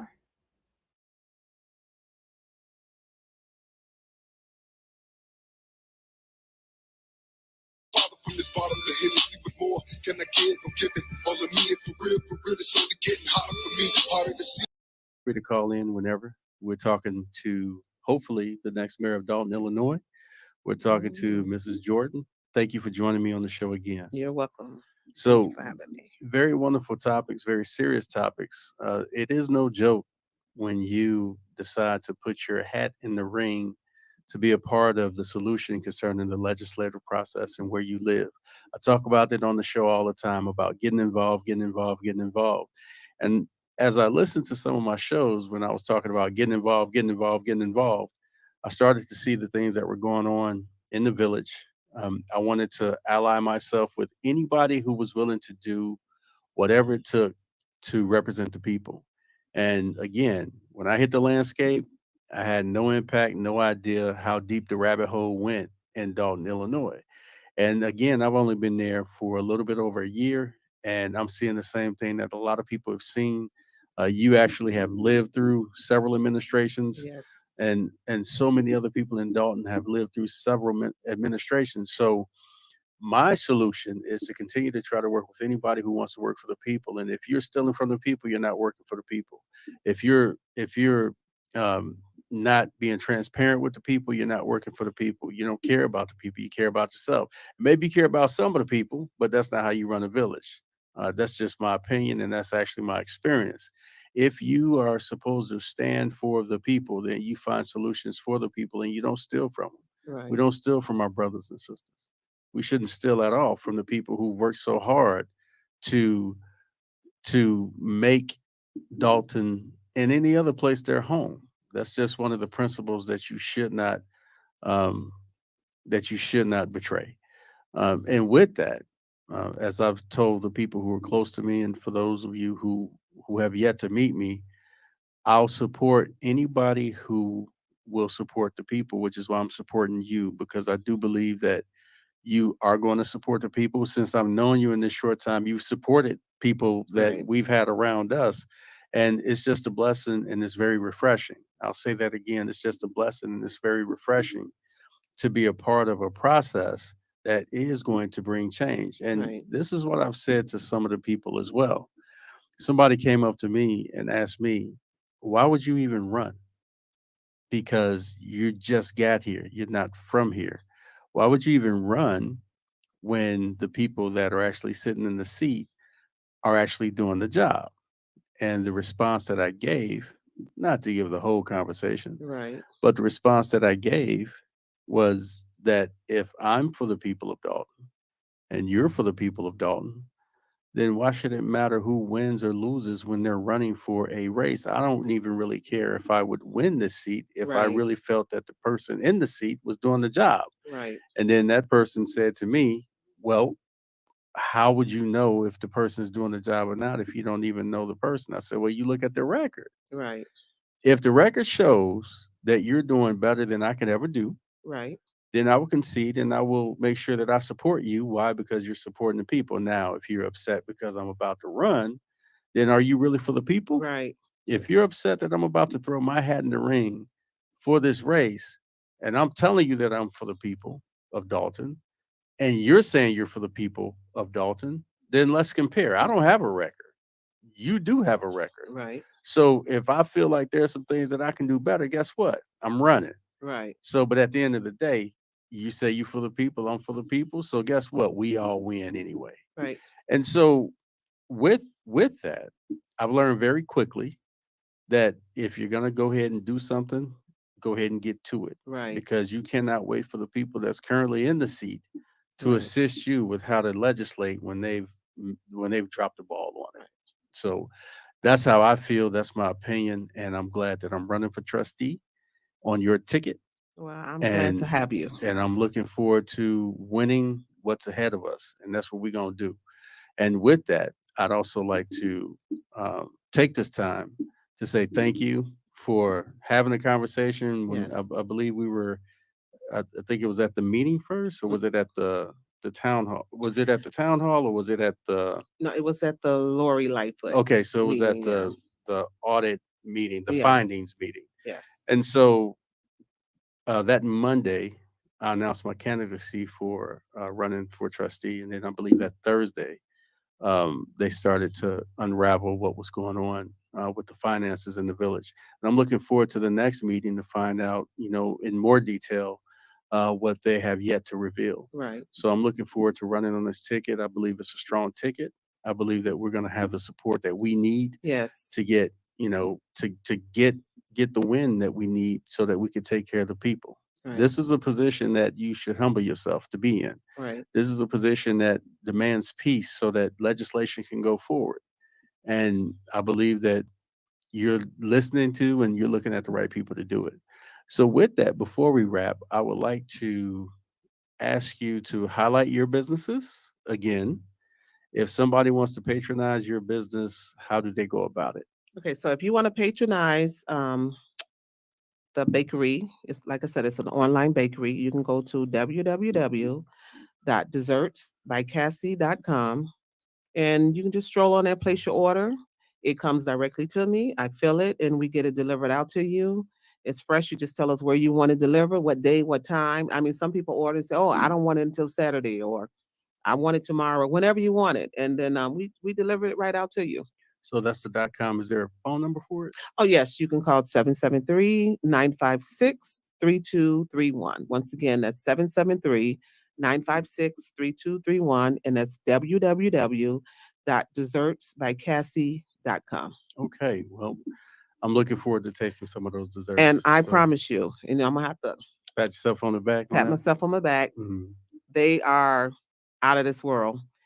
You will never look at vegan the same way again. And once you have one of my cupcakes or my pound cakes or my banana pudding, my blueberry muffins, banana nut muffins, they're all vegan. You will never want to eat a regular dessert ever again. Okay. One lady said, it's kind of fluffy. It's not as dense. I said, because it's vegan. You don't have all the eggs or the milk and all the heaviness in there. I haven't cooked with an egg and a milk in so long. It's mind blowing. Well, I'm looking forward to tasting that because, that's different. Yeah. So, and so thank you for sharing that. And before we wrap, how can people who are listening support the campaign, most importantly? Well, those that are listening, I mean, you can reach out to me on Facebook. My Facebook page is Cassie Jordan. You can reach out that way. You can tag me and we can get you info as to how you can donate. But right now, at this point, it's not even about the money. I just want people to come out with us, to pass out flyers, to hit the pavement. I'm one of those campaign people. I don't like just sending the people out. I like for you to actually see my face, to actually shake my hand, to actually talk with me, because that's just been the problem with a lot of politicians. You only see them on Sunday. They show up at church. They want your vote. You never see them again. And that's one of the things I'm going to implement when I do get in office. For every trustee, I noticed the village of Dalton, the police department has it divided up into 4 zones. So each trustee will be responsible for one of those zones, and at least twice out of the month, instead of they coming to have tea with you. What she got? Wait a minute, y'all. Wait a minute. She didn't woke me up. Hold on. Goddess, did you hear this? This was Goddess. This is what we were supposed to put on our list of stuff. Did you? She got my what? Oh, wow. Now, girl, you had me at, you got me now. This is what we've been saying. Oh, you can donate. But right now, at this point, it's not even about the money. I just want people to come out with us, to pass out flyers, to hit the pavement. I'm one of those campaign people. I don't like just sending the people out. I like for you to actually see my face, to actually shake my hand, to actually talk with me, because that's just been the problem with a lot of politicians. You only see them on Sunday. They show up at church. They want your vote. You never see them again. And that's one of the things I'm going to implement when I do get in office. For every trustee, I noticed the village of Dalton, the police department has it divided up into 4 zones. So each trustee will be responsible for one of those zones, and at least twice out of the month, instead of they coming to have tea with you, You get to go out and hit the pavement and knock on those doors and talk to those residents and see how they're doing and to write down their complaints. And then that way you can bring it back to the meetings and we can sit down and have a discussion. Some round table. It's no more of just, making it comfortable for you where the people come out to the township or come to the meetings to meet you. How about the people actually see the faces of the politicians? Well, I like that.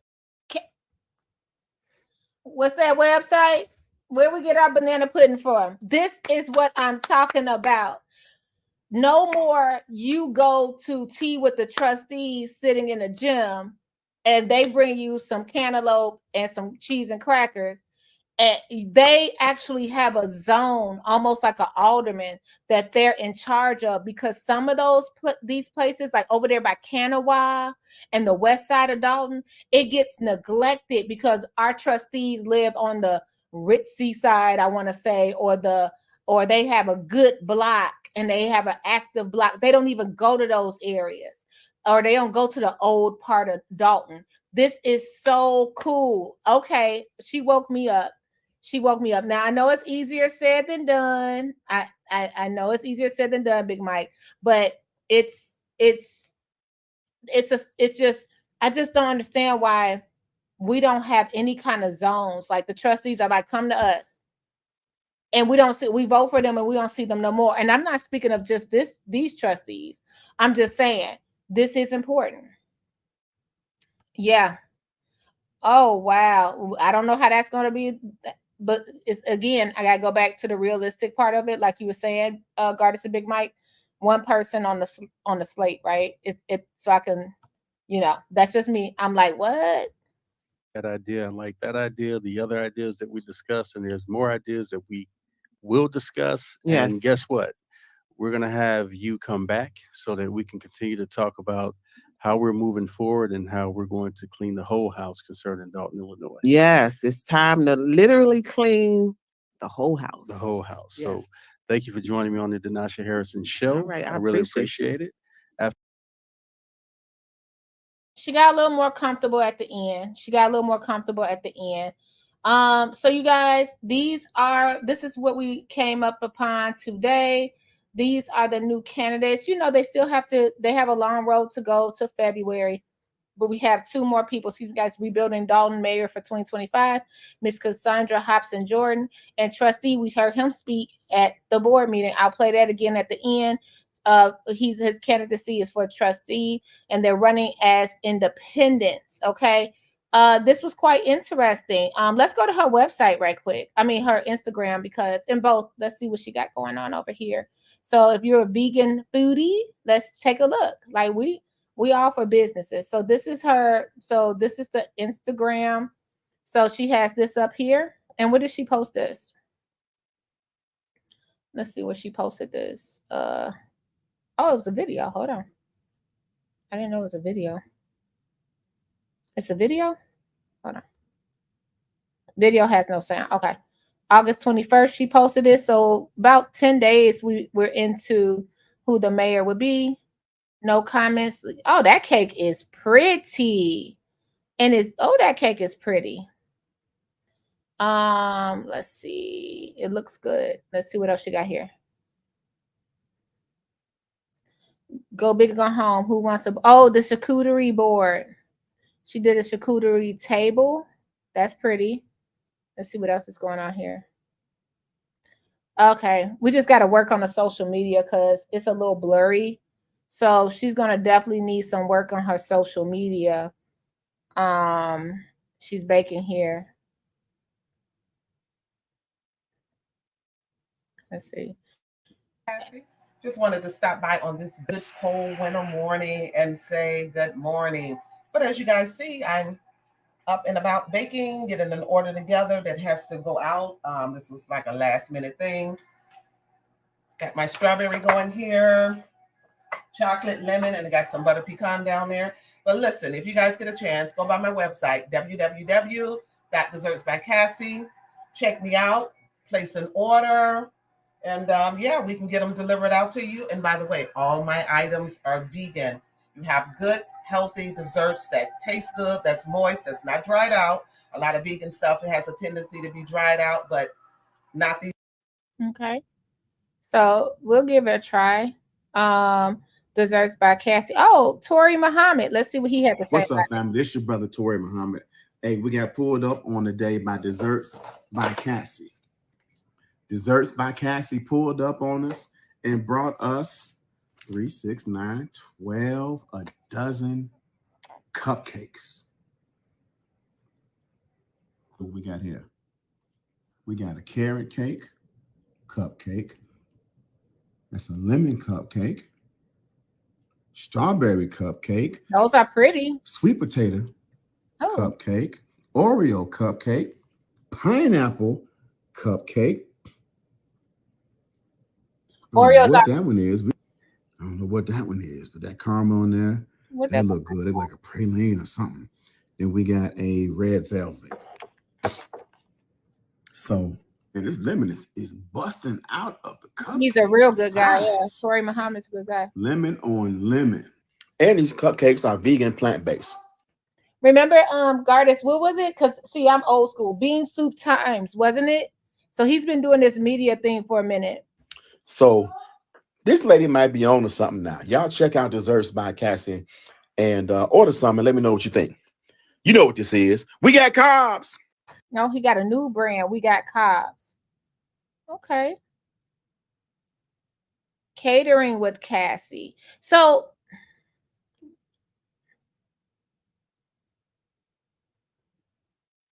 she got a beautiful booth set up. Beautiful. Wait, is this, she cooked this? Put that on my mama, on my hood. We're more than just a bakery. We cater and create memories. Okay. Okay. I don't know. Dalton is a place where this is how we get down. It's a place where people are entrepreneurs. They hustle. It is what it is. And she has been in the business for a long time. Everything looks good to me. So I'm not going to down it at all.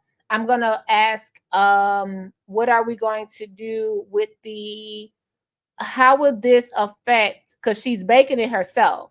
So how will she have time with her business? Because mayor is a part-time position, right? Is it part-time? Because, we debated that township supervisor is full-time, mayor is part-time, or if they're both part-times. How would this affect her? I can't judge her because it seems like she's been a hard worker all her life. So I'm not going to do that. And she's boldly stood out there to be a candidate for mayor of Dalton. So her one interview would not sway if I would or would not vote for her. She's just started. I would like to hear more for her. I think what I'm looking more into is what Big Mike and Gardis shared with us today, especially when Big Mike was saying how you would have to form your slate and the importance of your slate. That's what I'm looking at right now. So, yeah, this is what it is. So this is Desserts by Cassie. These are her cakes. And it seems like I'm not going to push her into the real estate thing if she doesn't want to be. That's me saying, because she brought it up. I'm sitting up here like, you know what? If you're doing real estate, I want to hear more about that. But what if she really doesn't have a passion for that anymore? Like she did hair, cosmetology, beauty. Maybe, and she went from beauty to flipping houses. Now she's from flipping houses to dessert. I'm sure real estate is still her passion, since she's a homeowner, but if this is what's really kicking off for her and this is her, now it's mayorship, let's go for it. Maybe her not getting the bakery, maybe that really put some fire under her foot. Like, wait a minute, I can't get a license here.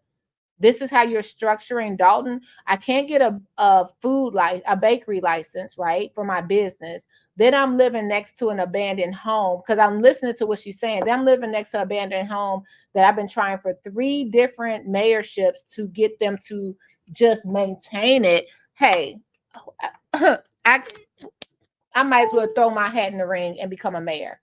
I'm not going to knock her for that. So I'm looking forward to hearing more about both of them. I'm just over here talking about it as a Dalton resident. And it's just, I don't even think she has, I think it's like because it's like a Illinois doesn't have like the cottage.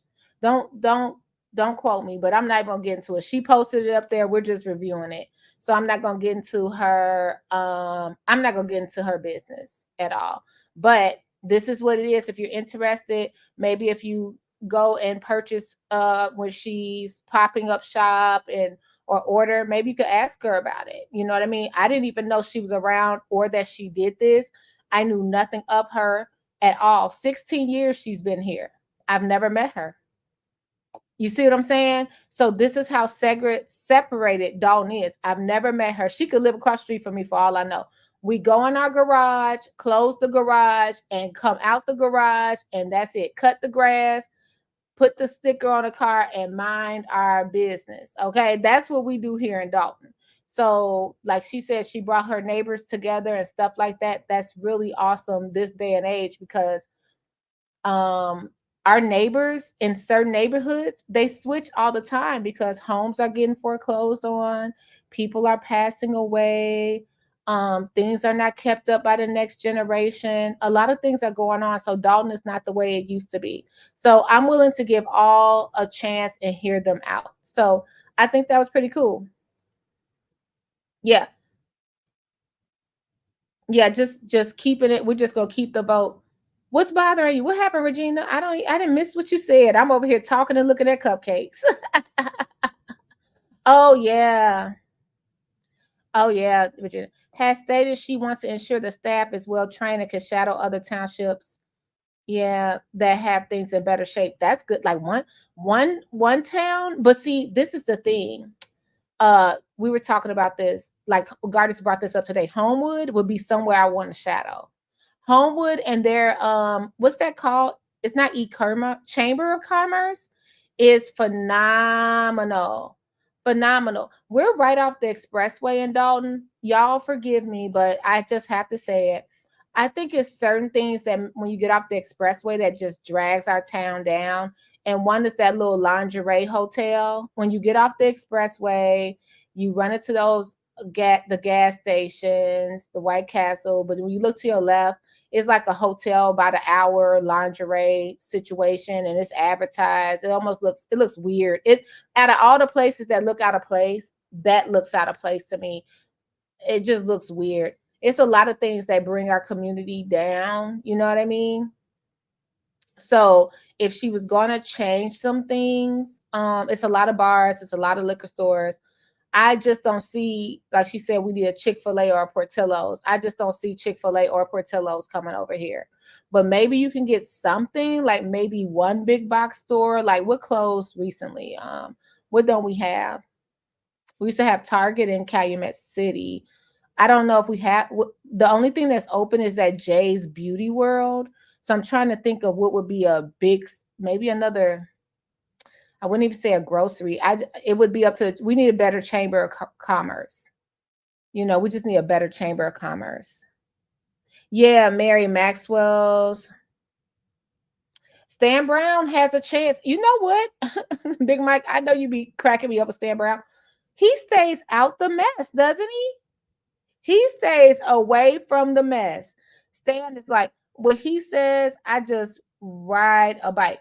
So Scott, it was like 4 fitness centers in that space. It just never works out. It would be great. We need healthier food options out here. We need a fitness center out here. We need more income, more tax dollars. It's so much we need, and it's not going to be solved overnight. Or it's not going to be. Lansing would be a great Mayor Patty is a great person, I guess. Yeah. What about you know what used to be over there, Pearls Pink?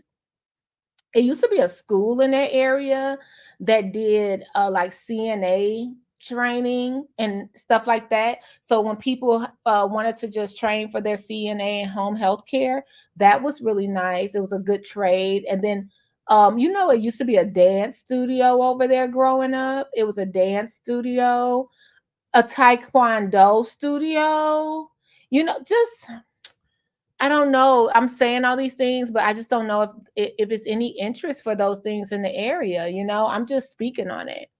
I don't know.